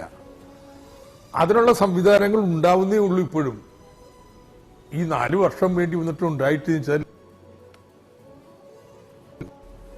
ഇതുപോലെ നിത്രവാദപരമായിട്ട് ഒരു ദേശവ്യാപകമായിട്ടുള്ള ഒരു പരിഷ്കാരം കൊണ്ടുവരാൻ കഴിയില്ലെന്ന്. ഇപ്പോഴും പുതിയ റിട്ടേണിൻ്റെ ഒക്കെ അവസാന രൂപമായിട്ടില്ല, ഇനിയും മാറ്റം ഉണ്ടാവും എന്നാണ് പറയുന്നത്. നികുതി നിരക്ക് ഒരു വീണ്ടുകാരമില്ല വെട്ടിക്കുറച്ച്, ഇനിയിപ്പോൾ കൂട്ടാനും വയ്യ, എന്നാൽ ഇനി കുറക്കാനും വയ്യ, എന്ത് ചെയ്യണമെന്ന് അറിയത്തില്ല. അപ്പോൾ ഇതിനൊക്കെ കഴിഞ്ഞാലും കുറച്ച് പരിഹാരം വരും. ഈ നികുതി പിരിവ് സമ്പ്രദായം കുറച്ച് മെച്ചപ്പെടുത്തിയതിൻ്റെ, ഇപ്പം ഈ വേ ബില്ലൊക്കെ കർശനമാക്കിയതിൻ്റെയും ഡാറ്റ അനലിറ്റിക്സ് ഒക്കെ ഉപയോഗിച്ച് നികുതി വെട്ടിപ്പുകൾ പിടിക്കാൻ കഴിഞ്ഞതിൻ്റെ ഫലമായിട്ടാണ് കഴിഞ്ഞ മാസം റെക്കോർഡാണ് ഈ GST തുടങ്ങിയ പിന്നെ ഏറ്റവും വലിയ പിരിവാണ് ഉണ്ടായത്. അപ്പോൾ ഇതൊരു നമുക്ക് സ്വല്പം കൂടി ശുഭാപ്തി വിശ്വാസത്തോടെ നികുതി പിരിവിലേക്ക് നോക്കാം. പക്ഷെ കേരളം മറ്റ് വരുമാന മാർഗങ്ങൾ വർദ്ധിപ്പിക്കുന്നതിനുള്ള നടപടികൾ സ്വീകരിച്ചേ പറ്റൂ. ഇപ്പോൾ നമ്മളെല്ലാവരും പറയുന്നുണ്ട് വിദ്യാഭ്യാസ ചെലവ് വർദ്ധിപ്പിക്കണം, നമുക്ക് സ്പെഷ്യലിസ്റ്റ് ടീച്ചേഴ്സ് വേണം, പിന്നെ എല്ലാ സ്കൂളിലും കായിക വിനോദത്തിന് ആളെ വെക്കണം, ആശുപത്രിയിൽ നമുക്കെല്ലാ ഉള്ള കാര്യമല്ല. പക്ഷെ ഇന്നിപ്പോൾ നമ്മൾ ചെലവാക്കുന്നതിനേക്കാൾ അതിൻ്റെ ഇരട്ടി നമ്മൾ ചെലവാക്കേണ്ടി വരും. എല്ലാവരും പറയാ ദേശീയ നയം 5% ആരോഗ്യത്തിന് മാറ്റിവെക്കണമെന്നുള്ളതാണ്. Very good, 5%. വിദ്യാഭ്യാസത്തിന് ദേശീയത്തിന് 5%. എന്ന് വെച്ചാൽ വിദ്യാഭ്യാസത്തിനും ആരോഗ്യത്തിനും നമ്മുടെ ദേശീയ വരുമാനത്തിന്റെ 10% നീക്കിവെക്കണമെന്ന് നമ്മൾ പറയണേ. നമ്മുടെ ഈ നികുതി ആകെ കേന്ദ്രവും സംസ്ഥാനവും കൂടി പിരിക്കുന്നതേ ദേശീയ വരുമാനത്തിന്റെ 15% വരില്ല. നമ്മുടെ നികുതി ദേശീയ വരുമാന തോത് 15% ആവുമ്പോൾ നമ്മളൊക്കെ ആഗ്രഹിക്കുന്ന പോലെ വിദ്യാഭ്യാസത്തിനും ആരോഗ്യത്തിനും ദേശീയ വരുമാനത്തിന്റെ 10% ചെലവഴിക്കാൻ പറ്റുമോ? അപ്പോൾ ഇതൊക്കെ സംബന്ധിച്ച് അധിക വിഭവ സമാഹരണം എങ്ങനെയാകാം? നമുക്ക് ചെലവ് വർദ്ധിപ്പിക്കണം, വരുമാനം ഉണ്ടാക്കണ പണി നമുക്ക് പറ്റില്ല എന്ന് പറഞ്ഞ് പോകാൻ കഴിയില്ല. അപ്പോൾ ഇതൊക്കെ സംബന്ധിച്ച് നമ്മുടെ രാഷ്ട്രീയ കക്ഷികൾ തമ്മിൽ ജനങ്ങൾക്കിടയിൽ ഒക്കെ ഒരു അഭിപ്രായ സമന്വയം നമ്മൾ ഉണ്ടാക്കിയെടുക്കേണ്ടതുണ്ട്. ശരി, സ്വകാര്യ മേഖലയെ സംബന്ധിച്ചിടത്തോളം കഴിഞ്ഞ തവണ തന്നെ നമ്മൾ ഏതാണ്ട് ഇതേ സമയത്ത് തന്നെ കഴിഞ്ഞ വർഷം ലോക്ക്ഡൗൺ നേരിട്ടല്ലോ. സ്വകാര്യ മേഖലയിൽ പലരുടെയും പണി പോയി. താൽക്കാലികാടിസ്ഥാനത്തിൽ ജോലി ചെയ്യുന്നവർ ഇനി വരണ്ട എന്ന് പറഞ്ഞു. നിത്യവൃത്തി അതത് ദിവസത്തെ കൂലി കൊണ്ട് ജീവിക്കുന്നവരെ സംബന്ധിച്ചിടത്തോളം പട്ടിണിയിലായി. അതിന് കിറ്റ് കൊടുത്തും അരി കൊടുത്തും ഒക്കെ ഒരുവിധം കാര്യങ്ങൾ മാനേജ് ചെയ്തു. അതുകൊണ്ടാണല്ലോ നിങ്ങൾക്ക് 99 സീറ്റ് കിട്ടിയിട്ടുള്ളത്. ഇനി എങ്ങനെയാണ് അതേ സാധനം തന്നെ ഇനിയും ആവർത്തിക്കുക എന്നുള്ളതിനപ്പുറത്തേക്ക് വേറെ ഒരു നയമുണ്ടോ? ഇതിപ്പോൾ എല്ലാ കൊല്ലവും വരികയാണ് പാൻഡമിക്. ഇത് പാൻഡമിക് എത്ര നീളും എന്നതിനെ ആശ്രയിച്ചിരിക്കും. 2ാം തരംഗം പിടിച്ചു കെട്ടിയാൽ 3ാം തരംഗം വരുമോ? എങ്കിലും നീണ്ടുപോകും. നീണ്ടുപോയി കഴിഞ്ഞാൽ പറ്റ മാർഗമൊന്നുമില്ല. നമ്മൾ വിജയിച്ച രീതി തന്നെ നമുക്ക് അപലപിക്കേണ്ടി വരും. അപ്പൊ പിന്നെ എങ്ങനെയാണ് ഇതിന് പുറത്ത് കിടക്കുക? നമുക്ക് ഭാവി എന്താ? ഒന്ന്, നഷ്ടമുണ്ടാവുന്ന മൂന്നോളം നികത്താനൊന്നും സർക്കാരിന് പറ്റത്തില്ല. പക്ഷെ അതുകൊണ്ട് പട്ടിണി കിടന്ന് മരിക്കുന്നൊരു നില കേരളത്തിൽ ഉണ്ടാവത്തില്ല. ആരോഗ്യത്തിന് സുരക്ഷ നമ്മൾ ഉറപ്പായിട്ട് നൽകും. ഇങ്ങനെയുള്ള മിനിമം ബേസിക് നീഡ്സ് മിനിമം അത് ഉറപ്പാക്കി കൊടുക്കാൻ സർക്കാരിന് ബാധ്യതയുണ്ട്. അത് നമ്മൾ കഴിഞ്ഞ പ്രാവശ്യം ചെയ്തു, അതിപ്പോഴും ചെയ്യേണ്ടി വരും. പക്ഷെ ഇതൊക്കെ ചെയ്യുമ്പോൾ തന്നെ നമുക്ക് മുൻകൂട്ടി ഒരു നിലപാടെടുക്കാൻ പറ്റുന്നൊരു കാര്യമുണ്ട്. ഇതിന്ന് പുറത്ത് കടക്കുമ്പോൾ കേരളം എങ്ങനെ വേണം, അതിൻ്റെ തയ്യാറെടുപ്പ് ആരംഭിക്കാം. ഓരോ പ്രതിസന്ധിയും അതിൻ്റെ പുതിയ സാധ്യതകളും തുറക്കും. ഇപ്പൊ കോവിഡ് കാലത്ത് ഏറ്റവും വലിയ സാധ്യത എന്താ? ഇപ്പൊ കേരളത്തിൽ 25% പേരല്ലേ വരുന്നുള്ളൂ. ടെക്നോ പാർക്ക് ഇവിടെയൊന്നും ആരും ഇല്ലല്ലോ, വീട്ടിലിരുന്നല്ലേ പണിയെടുക്കുന്നത്. നമ്മുടെ ഉദ്യോഗസ്ഥന്മാർ വീട്ടിലിരുന്നും പണിയെടുക്കുന്നില്ല. പക്ഷെ നമ്മൾ IT പാർക്കുകളിലൊക്കെ ജോലി ചെയ്യുന്നവരാണെങ്കിൽ വീട്ടിലിരുന്ന് പണിയെടുക്കേണ്ടി തന്നെ വരും. അപ്പൊ ഇപ്പൊ തന്നെ ലോകത്ത് വലിയൊരു സംഖ്യ ആളുകൾ വീട്ടിലേക്ക് മാറിയിട്ടുണ്ട്. ഈ പല മേഖലകളിലും ഇനി വീട്ടിൽ നിന്ന് ആളുകൾ ഓഫീസിലേക്ക് വരില്ല, വീട്ടിൽ തന്നെ ഇരുന്നായിരിക്കും പണിയെടുക്കുക. ഇതായിരിക്കും പുതിയ നോർമൽ. ഭാവി ലോകം ഇങ്ങനെയായിരിക്കും. 18 കോടി ആളുകളെങ്കിലും ഒരു 5 വർഷത്തിനുള്ളിൽ ഇങ്ങനെ വീട്ടിലിരുന്ന് പണിയെടുക്കുന്നവരായിട്ടുണ്ടാവും എന്നാണ് കണക്ക് പറയുന്നത്. അതിൽ ഒരു 20 ലക്ഷം പേര്, 18 കോടി 20 ലക്ഷം പേരുടെ തൊഴിലവസരങ്ങൾ നമ്മൾ കേരളത്തിലേക്ക് കൊണ്ടുവരാൻ നമുക്ക് ആസൂത്രിതമായി ശ്രമിച്ച് വിജയിച്ചാൽ ഈ കോവിഡിന് പുറത്ത് കിടക്കുമ്പോഴേക്കും കേരളം പുതിയൊരു സമ്പദ്ഘടനയായിട്ട് മാറുന്നു. അപ്പം അതുകൊണ്ട് നമ്മൾ നിരാശരായിട്ട് ഇനി നമുക്ക് വേറെ മാർഗമില്ല, മാർഗമെല്ലാം അടഞ്ഞു എന്ന് ചിന്തിക്കേണ്ട. ഈ നോളജ് എക്കോണമി, ഡിജിറ്റൽ എക്കോണമി കേരളത്തിലെ ഏറ്റവും വലിയ തൊഴിൽ മേഖലയായിട്ട് ഈ പ്രതിസന്ധി തീരുമ്പോഴേക്കും നമുക്ക് പുറത്ത് കിടക്കാൻ പറ്റും. ഈ ഒന്നാം തരംഗത്തെ കൈകാര്യം ചെയ്ത ഡോക്ടർ ഐസക് എന്ന പരിണതപ്രജ്ഞനായ സാമ്പത്തിക വിദഗ്ധൻ തന്നെ രണ്ടാം തരംഗത്തിലും മന്ത്രിയായി ഉണ്ടായിരുന്നെങ്കിൽ അല്ല, അതിനിപ്പോ നമ്മുടെ ഇലക്ഷനും എല്ലാം കഴിഞ്ഞ് കൃത്യമായിട്ട് പുതിയ ധനമന്ത്രി വരാൻ പോയാണ്. ഇപ്പൊ ഞാനില്ലെങ്കിൽ ഇനി മന്ത്രാലയം പ്രവർത്തിക്കില്ല എന്നൊക്കെ കരുതാൻ പറ്റുമോ? അപ്പോൾ ഇനി മന്ത്രി അല്ലെങ്കിലും ചെയ്യാൻ പറ്റുന്ന ഒരുപാട് കാര്യങ്ങളുണ്ട്, അതൊക്കെ ചെയ്യും നന്നായിട്ട്. ഡോക്ടർ ഐസക് വളരെ നന്ദി സഹകരിച്ചതിന്. നോക്കൂ ഡോക്ടർ ജുനൈദ് റഹ്മാൻ, ഇത് എന്തൊക്കെ പ്രത്യാഘാതമാണ് ഉണ്ടാക്കാൻ പോകുന്നത് സാമ്പത്തികമായി എന്നുള്ളതാണ് ഡോക്ടർ ഐസക് വിശദീകരിച്ചത്. അല്ലെങ്കിൽ നമുക്ക് എങ്ങനെ അതിനെ കൈകാര്യം ചെയ്യാൻ കഴിയും എന്നും പ്രത്യാശ നമ്മളെ സംബന്ധിച്ചിടത്തോളം, പ്രത്യേകിച്ച് ഐസക്കിനെ സംബന്ധിച്ചിടത്തോളം ഉണ്ട് എന്ന് തോന്നുന്നു. പക്ഷേ ആശുപത്രികളുടെ ഒരു അടിസ്ഥാന സൗകര്യത്തെ സംബന്ധിച്ചിടത്തോളം നമുക്കതിനെ പെട്ടെന്ന് വികസിപ്പിക്കാനാകില്ലല്ലോ. അപ്പോൾ കൂടുതൽ ആളുകൾ പോകുമ്പോൾ സ്വകാര്യ ആശുപത്രികളിൽ പരമാവധി ആളുകളെ പ്രവേശിപ്പിക്കാമെങ്കിൽ തന്നെയും എത്ര ദിവസത്തെ ആയുസ്സുണ്ട് നമ്മുടെ ആശുപത്രികൾ ഫില്ലാവാൻ ശ്രീ ജുനൈദ് റഹ്മാൻ? ആശുപത്രികൾ ഓൾമോസ്റ്റ് എല്ലാം ഫില്ലായി കഴിഞ്ഞിരിക്കുകയാണ്. ഗവൺമെൻറ് ആശുപത്രികളാണെങ്കിലും സ്വകാര്യ ആശുപത്രികളാണെങ്കിലും. ഞാനിപ്പോൾ എറണാകുളത്ത് ഇപ്പോൾ അന്വേഷിച്ച് കഴിഞ്ഞാൽ ഒരു ICU ബെഡ് ഒരാൾക്ക് കിട്ടുക എന്ന് പറഞ്ഞാൽ ഇത് ഓൾമോസ്റ്റ് ഇമ്പോസിബിൾ. അപ്പോൾ ആശുപത്രികൾ നിറഞ്ഞിരിക്കുകയാണ്, ICU ബെഡ്സ് നിറഞ്ഞിരിക്കുകയാണ്. ആശുപത്രികൾ പല സ്വകാര്യ ആശുപത്രികളും പുതുതായിട്ട് ICU ബെഡ്സ് ആശുപത്രിയുടെ വിവിധ ഭാഗങ്ങളിൽ തുടങ്ങുന്നുണ്ടെങ്കിലും ഇപ്പോഴും അതൊക്കെ ഒരു പെർഫെക്റ്റ് ആണെന്നുള്ള എനിക്ക് പറയാൻ സാധിക്കില്ല. അപ്പം വളരെ പേടിപ്പിക്കാൻ പറയുന്നതല്ല, ബട്ട് വളരെ ഒരു ഡേഞ്ചറസ് സിറ്റുവേഷനിലാണ് നമ്മൾ. ഒരു അഗ്നിപർവ്വതത്തിന്റെ മുകളിൽ ഇരിക്കുകയാണ്. ഇത് എന്ത് സംഭവിക്കാം എന്നുള്ളൊരു ഇതിലാണ് നമ്മൾ ഇരിക്കുന്നത്. നമ്മൾ കഴിയുന്നത്രയും ആൾക്കാരെ ചികിത്സിച്ച് എത്രയും പെട്ടെന്ന് ആശുപത്രികളിൽ നിന്ന് തിരിച്ച് വീട്ടിലെത്തിക്കുന്ന ഒരു സമ്പ്രദായം, അല്ലെങ്കിൽ ആശുപത്രി കുറച്ച് അസുഖം ഭേദമായി കഴിഞ്ഞാൽ ഇവരെ ഡൗൺ ഷിഫ്റ്റ് ചെയ്യുന്നത്, അവരെ SLTCകളിലെ FLTCയിലോട്ട് മാറ്റി ICUകളുടെ ബർഡൻ കുറച്ച് ഉള്ള ഒരു സമ്പ്രദായം. അതാണിപ്പോൾ ഞങ്ങളൊക്കെ എറണാകുളത്ത് ആലോചിച്ചുകൊണ്ടിരിക്കുന്നത്. അത് തന്നെയാണ് ഡെയിലി അതിന് വേണ്ടിയിട്ടുള്ള കൂടിയാലോചനകൾ നടന്നുകൊണ്ടിരിക്കുകയാണ്. അപ്പോൾ ആ രീതിയിൽ പോയില്ല എന്നുണ്ടെങ്കിൽ, അത് സക്സസ് ആയില്ല എന്നുണ്ടെങ്കിൽ വലിയൊരു അപകടമാണ് നമ്മുടെ മുമ്പിലുള്ളത്. ഡോക്ടർ അരുൺ, ഇപ്പോൾ എറണാകുളത്തെ കാര്യമാണല്ലോ ഡോക്ടർ ജുനൈദ് റഹ്മാൻ പറഞ്ഞത്. എറണാകുളത്ത് ഒരാൾക്ക് രോഗബാധയുണ്ടായി, അത് അഡ്മിറ്റ് ചെയ്യേണ്ട ഒരു വിഷയമാണെങ്കിൽ എറണാകുളത്ത് ബെഡില്ല. അപ്പോൾ കോട്ടയത്തേക്കോ ആലപ്പുഴയിലേക്കോ തൃശ്ശൂരിലേക്കോ ഒക്കെ ഇപ്പോൾ കൊണ്ടുപോകുന്ന രീതിയാണ്. ഇതും ഇനി നിറയും. അപ്പോൾ നേരത്തെ ഞാൻ ഡോക്ടർ അരുൺ രാജിനോട് ചോദിച്ച ചോദ്യത്തിലെ ആ ഒരു ഉദ്ധരണി എൻ്റെ ഒരു സുഹൃത്ത് പറയുകയാണ്, എന്ത് VIP ആണെങ്കിലും എന്ത് അപകടാവസ്ഥയാണെങ്കിലും ഭൗതികമായ സാഹചര്യമില്ല നമ്മുടെ മുന്നിൽ. ഒരാളെ വലിച്ചിറക്കി അയാളുടെ ഓക്സിജൻ അങ്ങ് എടുത്തു കളഞ്ഞ് വേറൊരാൾക്ക് ഓക്സിജൻ വെച്ചു കൊടുക്കാൻ കഴിയില്ലല്ലോ. അയാൾക്ക് എത്ര കണ്ട ഓക്സിജൻ, കിടക്കുന്ന രോഗിക്ക് എത്ര കണ്ട ഓക്സിജൻ ആവശ്യമുണ്ടോ അത്രയും കാലം കൊടുക്കണമല്ലോ.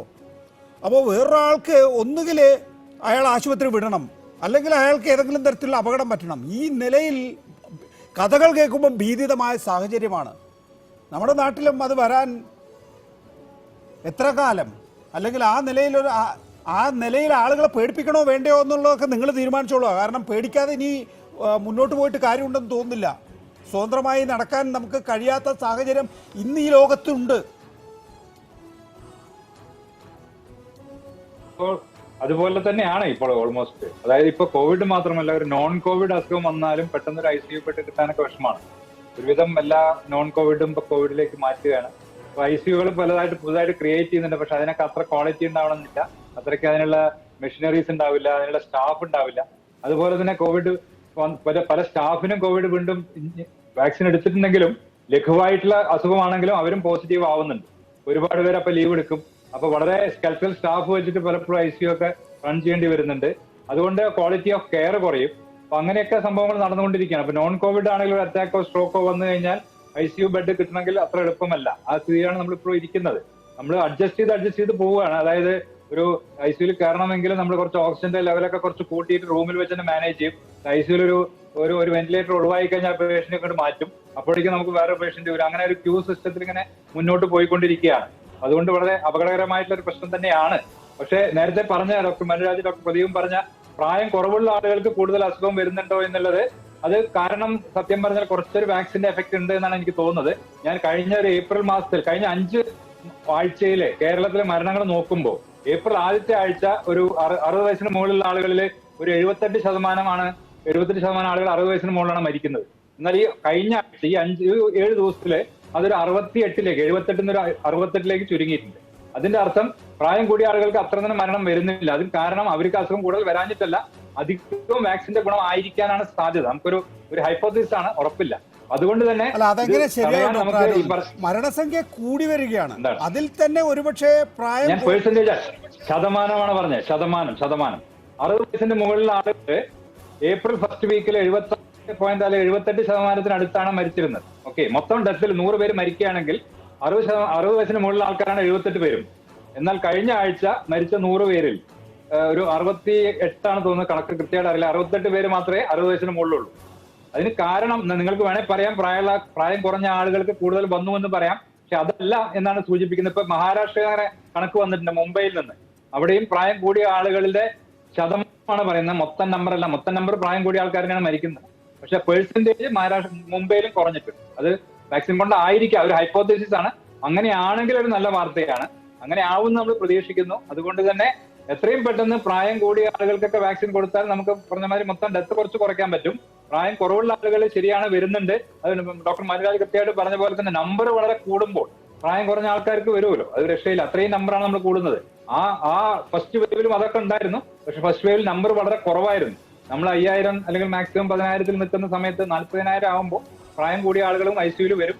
അപ്പൊ ICUയിൽ വരുമ്പോൾ അവർക്കും പ്രശ്നങ്ങൾ വരാം. എങ്കിലും അതാണ് ഞാൻ പറഞ്ഞത്, വാക്സിനേഷൻ കൊണ്ട് ഈ 2ാം വേവ് കുറയ്ക്കാൻ പറ്റില്ലെങ്കിലും ഒരു 3ാം വേവ് തടയാൻ നമുക്ക് വാക്സിനേഷൻ കൊണ്ട് എന്തായാലും സാധിക്കും.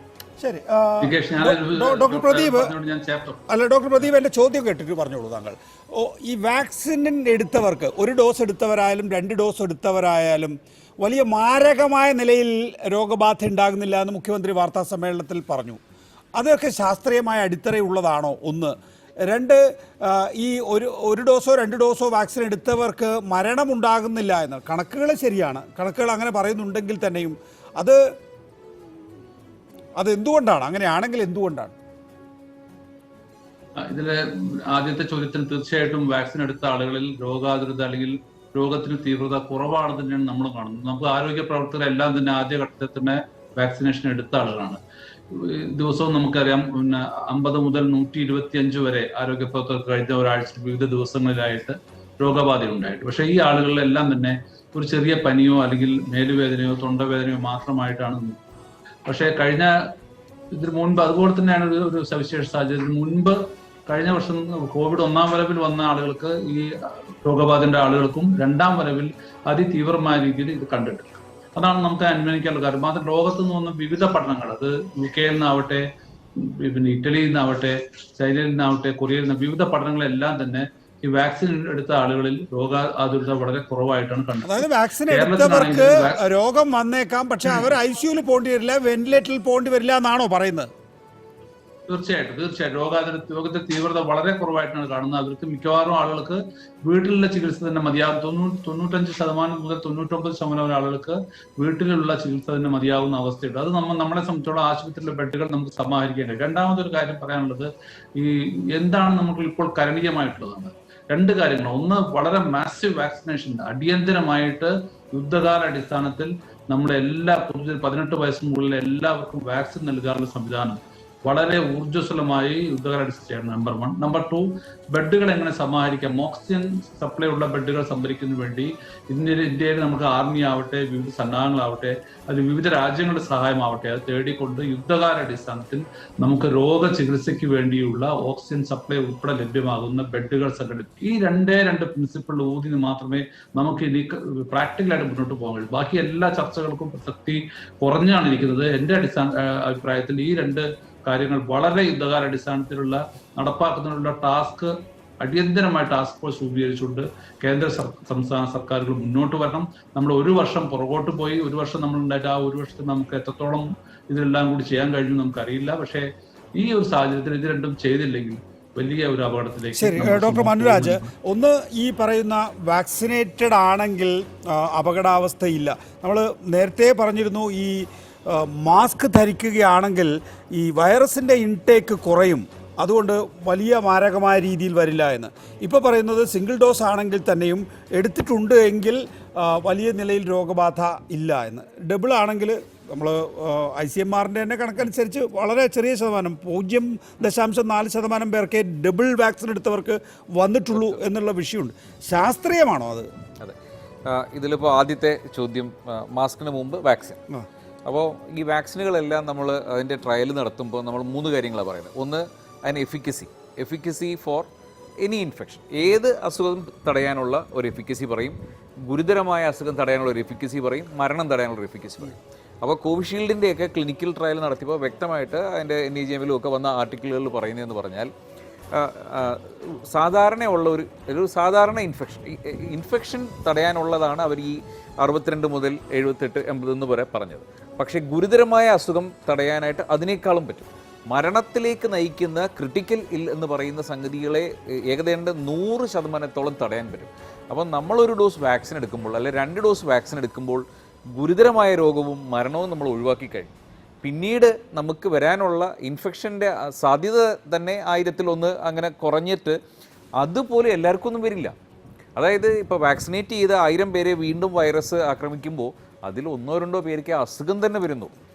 അപ്പോൾ അതാണ് അതിന്. രണ്ടാമത്തെ കണക്ക് പറയുന്നത് മാസ്കിൻ്റെ കാര്യം. ഇപ്പം നമ്മൾ പലതരത്തിൽ തൂവാല മാസ്ക് ഉണ്ട്, തുണി മാസ്ക് ഉണ്ട്, N95 ഉണ്ട്. N95 തന്നെ മര്യാദയ്ക്ക് വെക്കുന്നവരുണ്ട്, മര്യാദയ്ക്ക് വെക്കാത്തവരുണ്ട്. നമ്മുടെ ശരീരത്തിലേക്ക് കയറുന്ന ഒരു ഡോസ് റെസ്പോൺസ് ഉണ്ട് കോവിഡിന്. അതായത് നികേഷിൻ്റെ ശരീരത്തിൽ 50 വൈറസ് കയറി ചെല്ലുന്നതും 5000 വൈറസ് കയറി ചെല്ലുന്നതും ഭയങ്കരമായ വ്യത്യാസമാണ്. അപ്പം നമ്മുടെ ഉള്ളിലേക്ക് പോകുന്ന ഡോസ് എത്രത്തോളം കൂടുന്നോ അതിന് നമ്മളെ തീവ്രമായ അസുഖത്തിലേക്ക് നയിക്കാനുള്ള ഒരു. ഇങ്ങനെ പറഞ്ഞോട്ടെ, ഞാനിപ്പോൾ 2 വാക്സിൻ എടുത്തിട്ടുള്ള ആളാണ്. എന്നെ സംബന്ധിച്ചിടത്തോളം ഞാനൊരു നല്ല N95 മാസ്ക് ധരിക്കുകയാണെങ്കിൽ എനിക്കിപ്പോൾ എൻ്റെ ശരീരത്തിലേക്ക് കയറുന്നത് ഒരു 50 വൈറസ് മാത്രമായിരിക്കും. അതേസമയം ഞാൻ N95 മാസ്ക് വെക്കാതിരിക്കുകയാണെങ്കിൽ ഒരു 5000 വൈറസ് കയറുന്നു. ഇത് രണ്ടും തമ്മിൽ വലിയ വ്യത്യാസമുണ്ട്. വലിയ വ്യത്യാസമുണ്ട് വാക്സിനേറ്റ് ചെയ്യാത്ത ആൾക്കാരിൽ. വാക്സിനേറ്റ് ചെയ്യുമ്പോൾ നികേഷിൻ്റെ ഗുരുതരാവസ്ഥ എന്നുള്ള കാര്യം മാറിയിട്ട് അതിൻ്റെ പ്രസക്തി കുറയും. വാക്സിനേറ്റ് ചെയ്യാത്ത ഒരാൾക്കാണ് മാസ്കിൻ്റെ കൃത്യത ഏറ്റവും പ്രാധാന്യം അർഹിക്കുന്നത്. കാര്യം അയാൾക്കാണ് ഗുരുതരാവസ്ഥയിലേക്ക് പോകാനുള്ള സാധ്യത. അപ്പം മാസ്കിന് തന്നെ നമ്മളെ ഒരളവ് വരെ ഗുരുതരാവസ്ഥയിൽ നിന്നും മൈൽഡ് അസുഖത്തിലേക്ക് മാറ്റാൻ പറ്റും വാക്സിനേഷൻ ചെയ്യുന്നവർ. അതുകൊണ്ടാണ് നമ്മൾ പറയുന്നത് വാക്സിനേഷൻ എടുക്കുന്നത് വരെ മാസ്കാണ് നമ്മുടെ വാക്സിൻ. ഈ എത്രത്തോളം ഗൗരവത്തോടെ ചെയ്യാമെങ്കിൽ അത്രയും നല്ലതാണ്. ഡോക്ടർ ജുനൈദ് റഹ്മാൻ, നമുക്ക് കണക്ക് 6506, കൊച്ചിയിൽ എത്ര ഇപ്പോൾ 50,000 60,000 കടന്നിരിക്കുന്നു. കോഴിക്കോട് 5700, മലപ്പുറത്ത് 4405.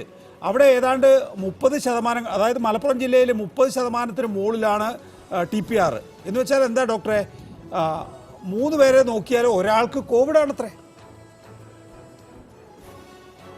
ഇത് തന്നെയാണ് നേരത്തെ ഞാൻ പറഞ്ഞത്. നമ്മൾ വളരെ അപകടകരമായ ഒരു അവസ്ഥയിലാണ്, നമ്മളൊരു അഗ്നിപർവ്വതത്തിന്റെ മുകളിലാണെന്ന് ഞാൻ പറഞ്ഞത് ഈ ഒരു കാരണം വെച്ചുകൊണ്ട് തന്നെയാണ്.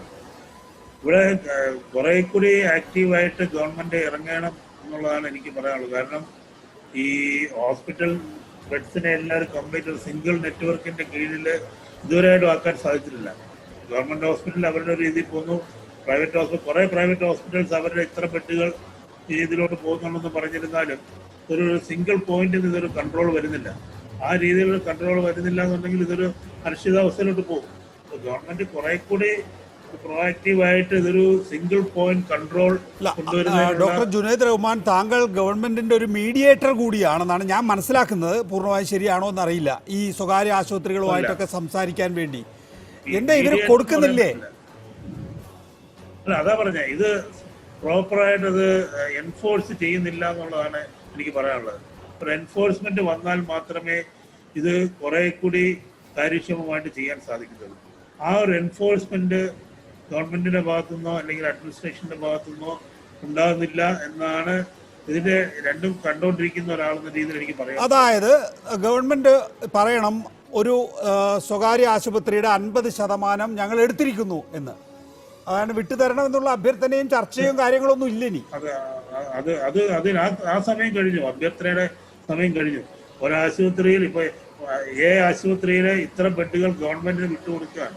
ഗവൺമെന്റ് അവിടെ ആൾക്കാരെ ഈ രോഗി സർക്കാരിൻ്റെതായിട്ടുള്ള കൺട്രോൾ റൂം ഉണ്ട്, അവിടെ ഷിഫ്റ്റിംഗ് ടീം ഉണ്ട്, അവർ രോഗികളെ ഓരോരോ സ്ഥലങ്ങളിലോട്ട് മാറ്റുന്നുണ്ട്. പക്ഷെ അവർ ഫേസ് ചെയ്യുന്ന ഏറ്റവും വലിയ ഹാൻഡിക്യാപ്പ്, അവർക്ക് ഒരു സ്റ്റേജ് കഴിഞ്ഞാൽ ഇപ്പോൾ ഒരു വെന്റിലേറ്റർ വേണ്ട ഒരു പേഷ്യന്റ് ഇപ്പോൾ വന്നു കഴിഞ്ഞാൽ അവർക്ക് ഒരു വെന്റിലേറ്റർ അറേഞ്ച് ചെയ്യാൻ സാധിക്കുന്നില്ല. പക്ഷേ ഉറപ്പാണ് ചില സ്വകാര്യ ആശുപത്രികൾ വെന്റിലേറ്റർ സൗകര്യങ്ങളുണ്ട് ഇപ്പോഴും. അപ്പോൾ അത് അപ്പോൾ നോൺ കോവിഡ് പേഷ്യൻസിന് വേണ്ടി കുറച്ചു നേരം മാറ്റി വെച്ചിട്ടുണ്ടെങ്കിലും ഇപ്പോൾ ഈ ഒരു പരിതസ്ഥിതിയിൽ ആ രീതിയിൽ ഗവൺമെന്റ് പ്രൈവറ്റ് ഹോസ്പിറ്റലിലെ ഇത്തരം ബെഡുകൾ ഗവൺമെന്റ് തന്നെ ഏറ്റെടുത്ത് ആ രീതിയിൽ അതിലോട്ട് ഗവൺമെന്റ് എൻഫോഴ്സ്മെന്റ് ഉണ്ടെങ്കിലേ നടക്കുള്ളൂ. അല്ലാതെ റിക്വസ്റ്റ് ചെയ്തുകൊണ്ടൊന്നും നമ്മുടെ നാട്ടിൽ ഒരു പരിധിക്കപ്പുറം നടക്കാൻ പോകുന്നില്ല. അങ്ങനെ ഒരു പ്രതിസന്ധി ഇപ്പോൾ ഗവൺമെന്റ് അനുഭവിക്കുന്നുണ്ടോ? അതായത് റിക്വസ്റ്റ് ചെയ്യുന്നു, കൊടുക്കുന്നില്ല. ഇനി സ്വകാര്യ ആശുപത്രികൾ അഡ്മിറ്റ് ചെയ്താൽ തന്നെ ഇന്നിപ്പോൾ ഹൈക്കോടതി ചൂണ്ടിക്കാണിച്ചത് ബില്ലെടുത്ത് കാണിച്ചിട്ടാണ് ഹൈക്കോടതി പറയുന്നത്. ഇതിനാണ് എന്താ PPE കിറ്റിന് ഇത്ര പൈസ, ഓക്സിജൻ ബെഡിന് ഇത്ര പൈസ. ഹൈക്കോടതി തന്നെ അത്ഭുതപ്പെടുകയാണ്. ബെഡിന് ഇത്ര രൂപ, ഇത്ര വാടക എന്ന നിലയിൽ. അപ്പോൾ ഒട്ടും സഹകരിക്കുന്നില്ല സ്വകാര്യ ആശുപത്രികൾ എന്നാണോ പറയുന്നത് ഡോക്ടർ ജുനൈദ് റഹ്മാൻ? അതല്ല, സഹകരിക്കുന്ന വളരെയേറെ ആശുപത്രികളുണ്ട്, പക്ഷെ ഇനിയും സഹകരിപ്പിക്കാനുണ്ട്. അതാണ് ഒറ്റ വാക്കിൽ ഞാൻ അത്ര പറയുന്നുള്ളൂ. അതിനപ്പുറത്തോട്ട് ഈ അവസരത്തിൽ ഞാൻ പറയുന്നില്ല. ശരി ഡോക്ടർ അരുൺ, ഈ ഒരു സാഹചര്യം നിലനിൽക്കുമ്പോൾ ഡോക്ടർ ജുനൈദ് റഹ്മാന്റെ ആവശ്യം എന്ന് പറയുന്നത് ഇനിയിപ്പോൾ ചർച്ചയും കൂടിയാലോചനകളൊന്നും ആവശ്യമില്ല.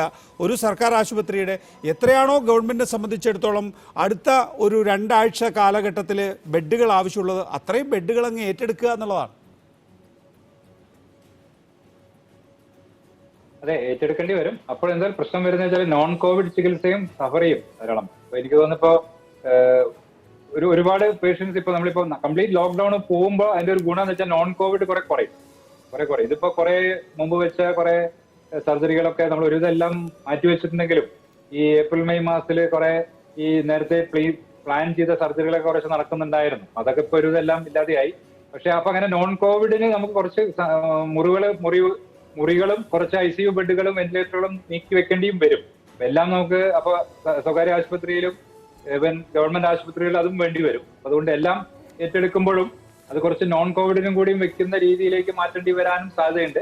അതിലും നല്ലത് ചിലപ്പോൾ എനിക്ക് തോന്നുന്നത് ചില സ്വകാര്യ ആശുപത്രികൾ അതിപ്പോൾ അവർ സമ്മതിക്കില്ലെന്ന് അറിയില്ല, കംപ്ലീറ്റ് കോവിഡ് ആയിട്ട് പ്രഖ്യാപിക്കുകയും ചിലത് കംപ്ലീറ്റ് നോൺ കോവിഡ് ആയിട്ട് പ്രഖ്യാപിക്കുകയും ചെയ്യാൻ പറ്റുമോ എന്ന് എനിക്കറിയില്ല. അങ്ങനെ ചെയ്യാൻ പറ്റുകയാണെങ്കിൽ ചിലപ്പോൾ കുറേയും കൂടിയും ചില കാര്യങ്ങൾ കുറച്ചുകൂടി എളുപ്പമുണ്ടാവും. പിന്നെ അതിൽ വല്ലാത്തൊരു നമുക്ക് പേടിക്കേണ്ട കാര്യമില്ല. തമ്മിൽ വന്ന ഇൻഫെക്ഷൻ സ്പ്രെഡ് ചെയ്യുന്ന ഒരു പ്രശ്നം വരില്ല. പല സ്വകാര്യ ആശുപത്രികളിൽ സമ്മതിക്കാൻ സാധ്യതയില്ല. എന്തുകൊണ്ടാണ് ചിലവർ കംപ്ലീറ്റ് കോവിഡ് ആക്കാൻ അവർ സമ്മതിക്കാൻ വഴിയില്ല. പക്ഷേ അങ്ങനെ ആ രീതിയിലേക്കുള്ള കുറച്ചുകൂടി കഠിനമായിട്ടുള്ള തീരുമാനങ്ങളിലേക്ക് സർക്കാർ പോകേണ്ടി വരും. എന്താ വെച്ചാൽ നമ്മൾ കഴിഞ്ഞ ഒരാഴ്ചത്തെയുള്ള ഇൻഫെക്ഷൻ കേസുകളൊക്കെ ICUയിലും വെന്റിലേറ്ററിലൊക്കെ വരാൻ പോകുന്നത് അടുത്ത 5-7 ദിവസത്തിന് ശേഷമാണ്. അപ്പൊ അപ്പോഴേക്കും നമുക്കൊന്നും ഇല്ല. അപ്പോ ആ രീതിയിലാണ് ഇപ്പൊ പോകുന്നത്. അപ്പൊ അതുകൊണ്ട് പെട്ടെന്ന് തന്നെ നമ്മൾ ഓക്സിജൻ ബെഡുകൾ ധാരാളം കാണണം. അത് ഓക്സിജൻ ബെഡുകൾ കുറച്ചുണ്ടെന്ന് തോന്നുന്നു. പക്ഷേ വെന്റിലേറ്ററിന്റെ ക്ഷാമം എന്തായാലും ഉണ്ട്. ICU ബെഡുകളുടെ ക്ഷാമം ഉണ്ട്. അവിടെയൊക്കെ ഇപ്പോൾ ഒരു ക്യൂ സിസ്റ്റം ആണ്. ഓക്സിജൻ ബെഡിൽ നിൽക്കുന്ന ഒരാൾക്ക് വെന്റിലേറ്ററിൽ കയറണമെന്നുണ്ടെങ്കിലും അവിടുന്ന് വെന്റിലേറ്റർ ഒഴിയാൻ വേണ്ടി കാത്തു നിൽക്കുകയാണ്. ഒന്നുകിൽ ആ രോഗി മരിക്കണം, അല്ലെങ്കിൽ മെച്ചപ്പെട്ടിട്ട് ഇങ്ങോട്ട് വരണം. പക്ഷെ മെച്ചപ്പെട്ടിട്ട് നമ്മൾ തിരിച്ച് ഓക്സിജൻ ബെഡിലേക്ക് മാറ്റിയാലും ചിലപ്പോൾ പിറ്റേ ദിവസം വീണ്ടും വേഴ്സായ വീണ്ടും കയറണമെങ്കിൽ വെന്റിലേറ്റർ ഉണ്ടാവില്ല. ആ രീതിയിലുള്ള ഒരു പ്രശ്നങ്ങളൊക്കെ ആയിട്ടാണ് കിടക്കുന്നത് ഇപ്പോൾ. ഈ ഒന്ന് ഈ ഒറ്റ വാക്സിൻ, ഇപ്പോൾ റഷ്യയുടെ ഒറ്റ വാക്സിൻ സ്പുട്നിക് ലൈറ്റ് എന്ന് പറയുന്നൊരു പുതിയ വാക്സിൻ വന്നിരിക്കുന്നു എന്നുള്ളത്. വിദേശ വാക്സിനൊക്കെ തന്നെയും നമുക്ക് എത്തിത്തുടങ്ങാറായോ? പ്രത്യേകിച്ച് സ്വകാര്യ ആശുപത്രികൾക്കാണ് അതിൻ്റെ ദൗത്യം എന്ന് തോന്നുന്നു. അതെന്തായാലും നമ്മൾ പൈസ കൊടുത്ത് വാങ്ങിയല്ലേ തീരൂ. അപ്പോൾ നിങ്ങൾ വാങ്ങിയാൽ മതി, സ്വകാര്യ ആശുപത്രിക്കാർ വാങ്ങിയാൽ മതി എന്നുള്ളതായിരിക്കാം സർക്കാർ നയം. അത് ഫൈസറിന്റെ കാര്യത്തിൽ ഏകദേശം അങ്ങനെ. കാര്യം ഫൈസർ എനിക്കൊരു കോൾ വന്നത് 45 വയസ്സിന് മുകളിലുള്ളവരുടെ വാക്സിൻ രജിസ്ട്രേഷൻ ഇപ്പം നടക്കുന്നില്ല. അവർക്ക് സെക്കൻഡ് ഡോസ് ആണെങ്കിൽ മാത്രമേ നടക്കുന്നുള്ളൂ എന്നുള്ളതാണ്. അപ്പോൾ ഒരു ചെറിയ പാനിക് അവരുടെ ഇടയിലും ഉണ്ട്. അല്ല, ഇതിനകത്ത് 45 വയസ്സിന് മുകളിലുള്ളവർ സത്യം പറഞ്ഞാൽ വാക്സിൻ കൊടുക്കേണ്ട സമയത്ത് നികേഷ് നേരത്തെ പറഞ്ഞതുപോലെ ആ സമയത്ത് വാങ്ങിക്കാതെ വീട്ടിൽ ഇരുന്നവരാണ്. അപ്പോൾ ആ പാനിക്കിന്റെ ഒരു ഭാഗം ചോദിച്ചു വാങ്ങിച്ചതാണ്.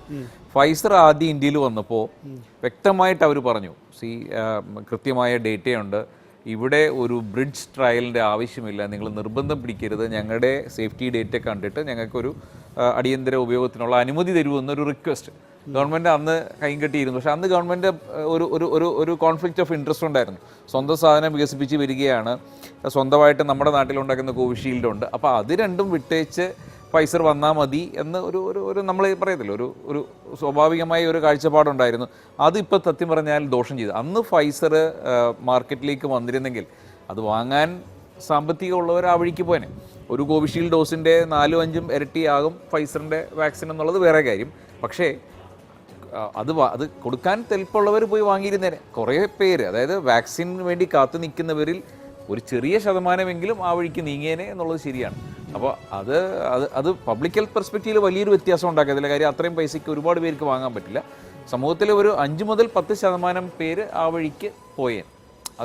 ഈ ലോക്ക്ഡൗൺ കൊണ്ട് ഉണ്ടാക്കാൻ പോകുന്ന ബെനിഫിറ്റ് എന്താണ്? ഇപ്പോൾ കല്യാണത്തിന് 30 പേർക്ക് പങ്കെടുക്കാം, 20 പേർക്ക് മരണാനന്തര ചടങ്ങുകൾക്ക് പങ്കെടുക്കാം. നമ്മൾ അവശ്യ സാധനങ്ങൾക്കുള്ള കടകൾ തുറന്നു വെക്കാൻ പോവുകയാണ് തുടങ്ങി ഏതാണ്ടൊരു ലോക്ക്ഡൗൺ തന്നെയാണ്. അതിനുള്ളിലൊരു ജീവിതം അത് കൊടുത്തേ പറ്റൂ എന്നുള്ളതുണ്ട്.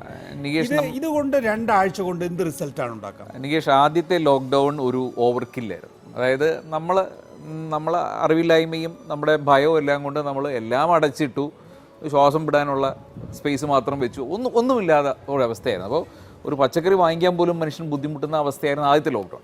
അതിൽ നിന്നും പാഠങ്ങൾ ഉൾക്കൊണ്ടിട്ട് രണ്ടാമത്തെ ലോക്ക്ഡൗണിൽ ന്യായമായ മൂവ്മെൻറ്റ്, അതായത് ഒരു മനുഷ്യന് അത്യാവശ്യം വേണ്ട കാര്യങ്ങൾക്ക് ബുദ്ധിമുട്ടാതെ പോയിട്ട് വരാം. അതാണ് നികേഷ് പറഞ്ഞ പച്ചക്കറി, പിന്നെ ഈ മരണവും വിവാഹവും ഒക്കെ സമ്മതിക്കുക. ഒരു ലോക്ക്ഡൗൺ എന്ന് പറഞ്ഞാൽ പോപ്പുലേഷൻ്റെ ഒരു 95% പേരും മൂവ് ചെയ്യാതെ വീട്ടിലിരുന്നാൽ ഈ കർവിലെ ഇപ്പോൾ കാണുന്ന പീക്കിംഗ് ഒരു 3-4 ദിവസം കൊണ്ട് പ്ലേറ്റോ ചെയ്ത് ഒരാഴ്ച കഴിയുമ്പോൾ ഡിപ്പ് ചെയ്യും. നേരത്തെ അരുൺ പറഞ്ഞതുപോലെ ഒരു ലോക്ക്ഡൗണിൻ്റെ ഇഫക്റ്റ് കാണാൻ 7 to 10 days എടുക്കും. നമ്മളുടെ ഈ കുത്തനെയുള്ള കയറ്റം സ്റ്റഡി ആകുന്നു, അങ്ങനെ നിൽക്കുന്നു, ഇറങ്ങി തുടങ്ങിയാൽ നമ്മളുടെ ആക്റ്റീവ് കേസ് ലോഡ് എന്ന് തൊട്ട് കുറയുന്നോ അന്ന് തൊട്ട് നമ്മൾ ബ്രീത്ത് ഈസിയാണ്. കാര്യം നമുക്കിപ്പോൾ 3.9 lakhs ആണ് നിൽക്കുന്നത്. ഇത് കൂടിക്കൊണ്ടിരിക്കുന്നതിന് പകരം 3.6, 3.5, 3 ഇങ്ങനെയൊക്കെ പോകുമ്പോൾ ബെഡുകൾ ഒഴിവാകുന്നു, വെന്റിലേറ്റർ ഫ്രീ ആകുന്നു, ഐസ് ഫ്രീ ആകുന്നു. ആ സ്റ്റേജിൽ എത്തുക എന്നുള്ള ഒരൊറ്റ ഉദ്ദേശമാണ് ഈ ലോക്ക്ഡൗൺ കൊണ്ട്. അതായത് ആക്റ്റീവ് കേസ് ലോഡ് കുറയ്ക്കുക, ആശുപത്രികളിൽ ലോഡ് കുറയ്ക്കുക, അവിടെ ഒരു സേഫ്റ്റി മാർജിൻ. ഇപ്പോൾ ലോക്ക്ഡൗൺ തീരുന്ന 16-ാം തീയതി വരെയല്ലേ അല്ലേ? അതെ, 8 മുതൽ 16-ാം തീയതി ആകുമ്പോഴേക്കും നമുക്ക് കേസ് എത്ര കൊണ്ട് കുറയ്ക്കാൻ കഴിയും? ഇതൊരു എന്താ പറയുക, നികേഷിന് ആദ്യത്തെ ഗുളിക തരുന്നത്, രണ്ടാമത് ഗുളിക ഉണ്ടോ ഇല്ലേ എന്നുള്ളത് ഡോക്ടർ അന്ന് പറയും. മനസ്സിലായില്ലേ?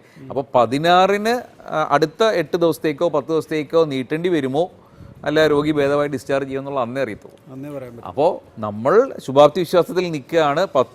8-9 ദിവസം കൊണ്ട് എന്തായാലും സ്ഥിതി മെച്ചമാകും. പക്ഷേ വീണ്ടും ഒരു ലോക്ക്ഡൗൺ വേണ്ട എന്നുള്ള ഒരു ആത്മവിശ്വാസത്തിൽ ഒരു തീരുമാനം എടുക്കാൻ പറ്റുമോ ഇല്ല എന്നുള്ളത് അതിന് ഉറപ്പൊന്നുമില്ല. ഇപ്പോഴത്തെ സാഹചര്യത്തിൽ ഒരു 5-10 ദിവസം കൂടി, ഒരു 3 ആഴ്ച മനസ്സിൽ വെച്ചു. ഡോക്ടർ ജുനൈദ് റഹ്മാൻ, ഇപ്പോൾ മനുരാജ് പറയുന്നത് അനുസരിച്ചാണെങ്കിൽ 16-ാം തീയതി നല്ല രീതിയിൽ പോയാൽ 16-ാം തീയതി തന്നെ റിലീസ് ചെയ്യാം എന്ന് പറയുമല്ലോ, 16-ാം തീയതി തന്നെ ഡിസ്ചാർജ് ചെയ്യാമെന്ന് പറയുമല്ലോ. പക്ഷേ 16 ഞാൻ നല്ല നിലയിലല്ല പോകുന്നതെങ്കിൽ 16-ാം തീയതി ഡോക്ടർ വന്നിട്ട് മുഖം കറുപ്പിക്കും, അടുത്ത 2 ആഴ്ച കൂടി ഇരിക്കുമെന്ന് പറയും. ഇതാണ് ലോക്ക്ഡൗണിൻ്റെയും കാര്യം. അതിനാണ് സാധ്യത കൂടുതൽ എന്നാണ് എനിക്ക് തോന്നുന്നത്. 16-ാം തീയതി കഴിഞ്ഞിട്ട് കുറച്ച് ദിവസം കൂടി നമ്മൾ മുമ്പോട്ട് പോകേണ്ടി വരും. ഇതിനിടയ്ക്ക് ഒരു കാര്യം നേരത്തെ നികേഷ് പറഞ്ഞു, വാക്സിൻ സ്വകാര്യ ആശുപത്രികളിൽ കൊടുക്കാൻ വേണ്ടി സർക്കാർ പറഞ്ഞിരിക്കുകയാണ്. അത് സ്വകാര്യ ആശുപത്രികൾ കൊടുക്കണം. സ്വകാര്യ ആശുപത്രികൾ വാക്സിൻ കൊടുക്കാൻ തയ്യാറാണെങ്കിൽ അവർക്ക് വാക്സിൻ കിട്ടാത്ത ഒരു സ്ഥിതിയാണ്. ഗവൺമെന്റ് ഇവിടെ തന്നെ ഒരു ഓർഡർ ഇറക്കിയിരിക്കുകയാണ്, സ്വകാര്യ ആശുപത്രികൾക്ക് ഒരു വാക്സിനും കൊടുക്കേണ്ടത്. അപ്പോൾ സ്വകാര്യ ആശുപത്രികളൊക്കെ ആദ്യത്തെ ഡോസ് കൊടുത്തിട്ട് കൈ കെട്ടിയിരിക്കുകയാണ്. അവരുടെ കയ്യിൽ നിന്ന് രണ്ടാമത്തെ ഡോസ് വാക്സിൻ്റെ കാശ് വരെ സർക്കാർ മേടിച്ചിട്ടുണ്ട്. ആ കാശിനുള്ള വാക്സിൻ പോലും ഇപ്പോൾ കൊടുക്കുന്നില്ല. ഇപ്പോൾ സ്വകാര്യ ആശുപത്രികൾ ഇപ്പോൾ വാക്സിൻ ഫീൽഡിൽ നിന്ന് കംപ്ലീറ്റ് ആയിട്ട് മാറിയിരിക്കുകയാണ്. ഇപ്പോൾ കോർപ്പറേഷൻ കൗൺസിലർമാരൊക്കെയാണ് ഇപ്പോൾ എറണാകുളത്ത് വാക്സിൻ്റെ ആർക്കോ കൊടുക്കണമെന്നുള്ള തീരുമാനിക്കുക. അവരാണ് ടോക്കൺ ഡിസ്ട്രിബ്യൂഷനൊക്കെ. അപ്പം വാക്സിൻ ആ ഒരു രീതിയിലോട്ട് ഒരു ഇൻവേർട്ടഡ് കോമാസ് പറയാൻ അതൊരു ജനകീയമായി ഇപ്പോൾ പോയിക്കൊണ്ടിരിക്കുകയാണ്. അപ്പം ഇങ്ങനെയൊക്കെ പോയി കഴിഞ്ഞാൽ വാക്സിനേഷൻ എവിടെ ചെന്ന് എത്തുമെന്ന് എനിക്ക് ചിന്തിക്കാൻ പറ്റുന്നില്ല. കാരണം നമുക്ക് ഇതിനുള്ളൊരു പ്രധാന പ്രതിവിധി എന്ന് പറയുന്നത് വാക്സിനേഷനാണ്. അത് ഈ രീതിയിൽ അൺസയന്റിഫിക് ആയിട്ട് ഒരു ഇങ്ങനെ ഈ രീതിയിലൊക്കെ പോവുകയാണെങ്കിൽ അത് വളരെ ബുദ്ധിമുട്ടുണ്ടാക്കും. അല്ല, ഞാൻ നേരത്തെ ഡോക്ടർ മനുരാജിനോട് ചോദിച്ചത് സ്വകാര്യ ആശുപത്രികൾ വാക്സിൻ വിതരണം ചെയ്യുന്നതിനെ പറ്റി അല്ല, ഈ വിദേശ കമ്പനികളുടെ വാക്സിൻ ഉണ്ടല്ലോ. ഇന്നിപ്പോൾ സ്പുട്നിക് ലൈറ്റ് എന്ന് പറയുന്ന ഒരു പുതിയ വാക്സിൻ, ഒരു ഒറ്റ ഡോസ് വാക്സിൻ റഷ്യ വികസിപ്പിച്ചെടുത്തിട്ടുണ്ട്. നമ്മൾ നേരത്തെയുള്ള വാക്സിൻ എല്ലാം തന്നെയും ജോൺസണും ഒറ്റ ഡോസാണ്. അങ്ങനെയുള്ള വാക്സിനൊക്കെ നമുക്ക് സ്വകാര്യ ആശുപത്രികൾക്ക് ഇറക്കുമതി ചെയ്യാമെങ്കിൽ അത് എപ്പോൾ എന്നുള്ളതാണ്. സ്വകാര്യ ആശുപത്രികൾ ഇറക്കുമതി ചെയ്യാനുള്ളൊരു അനുവാദം ഇതുവരെയായിട്ടും കൊടുത്തതായിട്ട് എനിക്കറിയില്ല. ഞങ്ങൾ പല ഭാഗത്ത് ഞങ്ങൾ അന്വേഷിച്ചാണ്. ഇതുവരെയായിട്ടും ഒരു വാക്സിൻ സ്വകാര്യ മേഖലയിലോട്ട് നമുക്ക് എടുക്കുവാനായിട്ടുള്ള അനുവാദം ഇതുവരെയായിട്ടും വന്നിട്ടില്ല. നയപരമായ തീരുമാനമാണ്, കേന്ദ്ര സർക്കാരാണ് അനുവദിക്കേണ്ടത്. അതെന്തായാലും അവർ മേടിക്കാൻ ഉദ്ദേശിക്കുന്നില്ല, നമ്മളോട് മേടിച്ചോ എന്ന് പറയുന്നില്ല ഇതുവരെ എന്ന് പറയുന്ന ഒരു സന്നിഗ്ധാവസ്ഥയിലാണ്. അതാണ്, അവർ മേടിക്കുന്നുമില്ല, നമ്മളോട്ട് മേടിക്കാൻ പറയുന്നുമില്ല. മേടിക്കാൻ പറയുന്നതല്ല, നമ്മളെ മേടിക്കാനുള്ള അനുവാദം നൽകുന്നില്ല. അതെ. നേരത്തെ ഡോക്ടർ അരുൺ പറയുകയുണ്ടായി ഇതൊരു 2 ആഴ്ച കൂടി നീളാനുള്ള സാധ്യതയുണ്ട് എന്ന്. അതായത് ഇപ്പോൾ പ്രഖ്യാപിച്ചിരിക്കുന്നത് വെറും 9 ദിവസത്തേക്കാണെങ്കിൽ 2 ആഴ്ച കൂടി നീട്ടിയാലേ ഇതിൻ്റെ ഫലം കാണാനാകൂ എന്നുള്ളതാണ് നമ്മുടെ അനുഭവം, പ്രത്യേകിച്ച് ഇതിൻ്റെ വ്യാപനശേഷിയുടെ ആഘാതം കൂടി പരിശോധിക്കുമ്പോൾ. അതെ, നമുക്ക് അധികവും ഒരു 14 മുതൽ 20 ദിവസം വരെ പ്രതീക്ഷിക്കാന്നാണ് എനിക്ക് തോന്നുന്നത്. അതിൽ തെറ്റില്ല. നമ്മളൊന്ന് തുടങ്ങിക്കഴിഞ്ഞിട്ട് പിന്നെ ഇടയിൽ വെച്ചിട്ട് നിർത്തുന്ന കാര്യമില്ല. 14 മുതൽ 20 ദിവസം വരെയാണ് ഞാൻ പ്രതീക്ഷിക്കുന്നത്. അത്ര സമയം എടുക്കാനാണ് സാധ്യത. ഇപ്പോഴും നമ്മുടെ അത്ര വളരെ സ്ട്രിക്റ്റ് അല്ല. ഇപ്പോഴും മരണച്ചടങ്ങിന് 20 കല്യാണത്തിനെന്നൊക്കെ പറയുമ്പോൾ അതൊന്നും അത്ര വേണ്ടിയിരുന്നില്ല എന്നെ അഭിപ്രായം. ഇന്ന് തന്നെ എല്ലാ മരണച്ചടങ്ങ് 20 എന്ന് പറഞ്ഞാലും ടി വിയിൽ കാണിക്കുന്ന മരണച്ചടങ്ങിലൊക്കെ 2000-4000 ആളുകളാണ് വരുന്നത്. പിന്നെ എന്താണ് ഈ 20-50 എന്നൊക്കെ പറയുന്നതിൽ അർത്ഥം? ഈ മരണച്ചടങ്ങിൽ ആരും ആവശ്യമില്ല സത്യം പറഞ്ഞു. ഇപ്പോ മറ്റേ ബ്രിട്ടീഷ് രാജ്ഞിയുടെ ഭർത്താവ് മരിച്ചപ്പോ തന്നെ വളരെ ചുരുങ്ങിയ രീതിയിലാണ് അവരൊക്കെ നടത്തിയത്. അതുപോലെ തന്നെ അപ്പൊ അത്ര വലിയ അങ്ങനെയുള്ള ആളുകൾക്ക് നടത്താൻ പറ്റുമെങ്കിൽ അവിടെ അത്ര കേസൊന്നും ഇല്ലായിരുന്നു. അപ്പൊ നമുക്കും ചെയ്യാവുന്നതാണ്. അപ്പൊ ഇതിനൊക്കെ കുറച്ചുകൂടി സ്ട്രിക്റ്റ് ആവേണ്ടതായിരുന്നു. പൊളിറ്റിക്കൽ ലീഡർഷിപ്പിന്റെ സ്ട്രിക്ട്നെസ് കുറവാണ് ഈ കാര്യത്തിൽ. അതാണ് ഈ പ്രശ്നം വരുന്നത്. സാധാരണ പാവപ്പെട്ടവരുടെ നെഞ്ചത്ത് കയറുന്നല്ലാതെ വളരെ VIP-കളൊക്കെ മരിക്കുമ്പോൾ ഇനിയിപ്പോ മരണങ്ങൾ ധാരാളം ഉണ്ടാവാൻ പോവാണ്. കേരളത്തിൽ ഏറ്റവും അധികം മരണങ്ങൾ നടക്കാൻ പോകുന്ന ഒരു മാസമാണ് ഈ മെയ് മാസം, ഉറപ്പിച്ചോളൂ. അപ്പൊ ഈ മരണങ്ങൾ പല VIP-കൾ ഉണ്ടാവും, ഇല്ലാതിരിക്കില്ലല്ലോ. അപ്പൊ എല്ലാ ഭാഗത്തുനിന്നുള്ള ആൾക്കാർ വന്ന് ഇപ്പൊ 20 എന്നുള്ളത് എന്തായാലും 1000-500 ആവും. അതൊക്കെ ഒരു സൂപ്പർ സ്പ്രെഡിങ് ഇവന്റ് ആയിട്ട് മാറും. അപ്പൊ അതിന്റെ ഒന്നും യാതൊരു ആവശ്യം ഉണ്ടായിരുന്നില്ല. കുറച്ചുകൂടി പൊളിറ്റിക്കലായിട്ട് കുറച്ചുകൂടി സ്ട്രിക്റ്റ് ആയിട്ട്, ഏതായാലും ഇലക്ഷൻ ഒക്കെ കഴിഞ്ഞു, ഇനിയിപ്പോൾ ആരും പേടിക്കേണ്ട കാര്യമില്ല. കുറച്ചുകൂടി സ്ട്രിക്റ്റ് ആയിട്ടുള്ള തീരുമാനങ്ങൾ എടുക്കണമായിരുന്നു. അതല്ലാതെ ഇങ്ങനെ ഒരു ലോക്ക്ഡൌൺ എന്ന് പറഞ്ഞിട്ടും കുറെ കാര്യങ്ങൾ സമ്മതിക്കുമ്പോൾ അതിന്റെ ഒരു ഇത് കുറയുകയാണ്. അതുകൊണ്ട് തന്നെ അതിന്റെ ഗുണവും കുറയുകയാണ്. അതുകൊണ്ട് നമ്മൾ കൂടുതൽ കാലം ഇതിലേക്ക് പോകാനാണ് സാധ്യത. ശരി, വ്യക്തമാണ്. നന്ദി doctor Arun, doctor Junaid Rahman, doctor Manuraj, doctor Pradeep, ഒപ്പം തന്നെ ഡോക്ടർ TM തോമസ് ഐസക് സംസാരിച്ചു. നമസ്കാരം.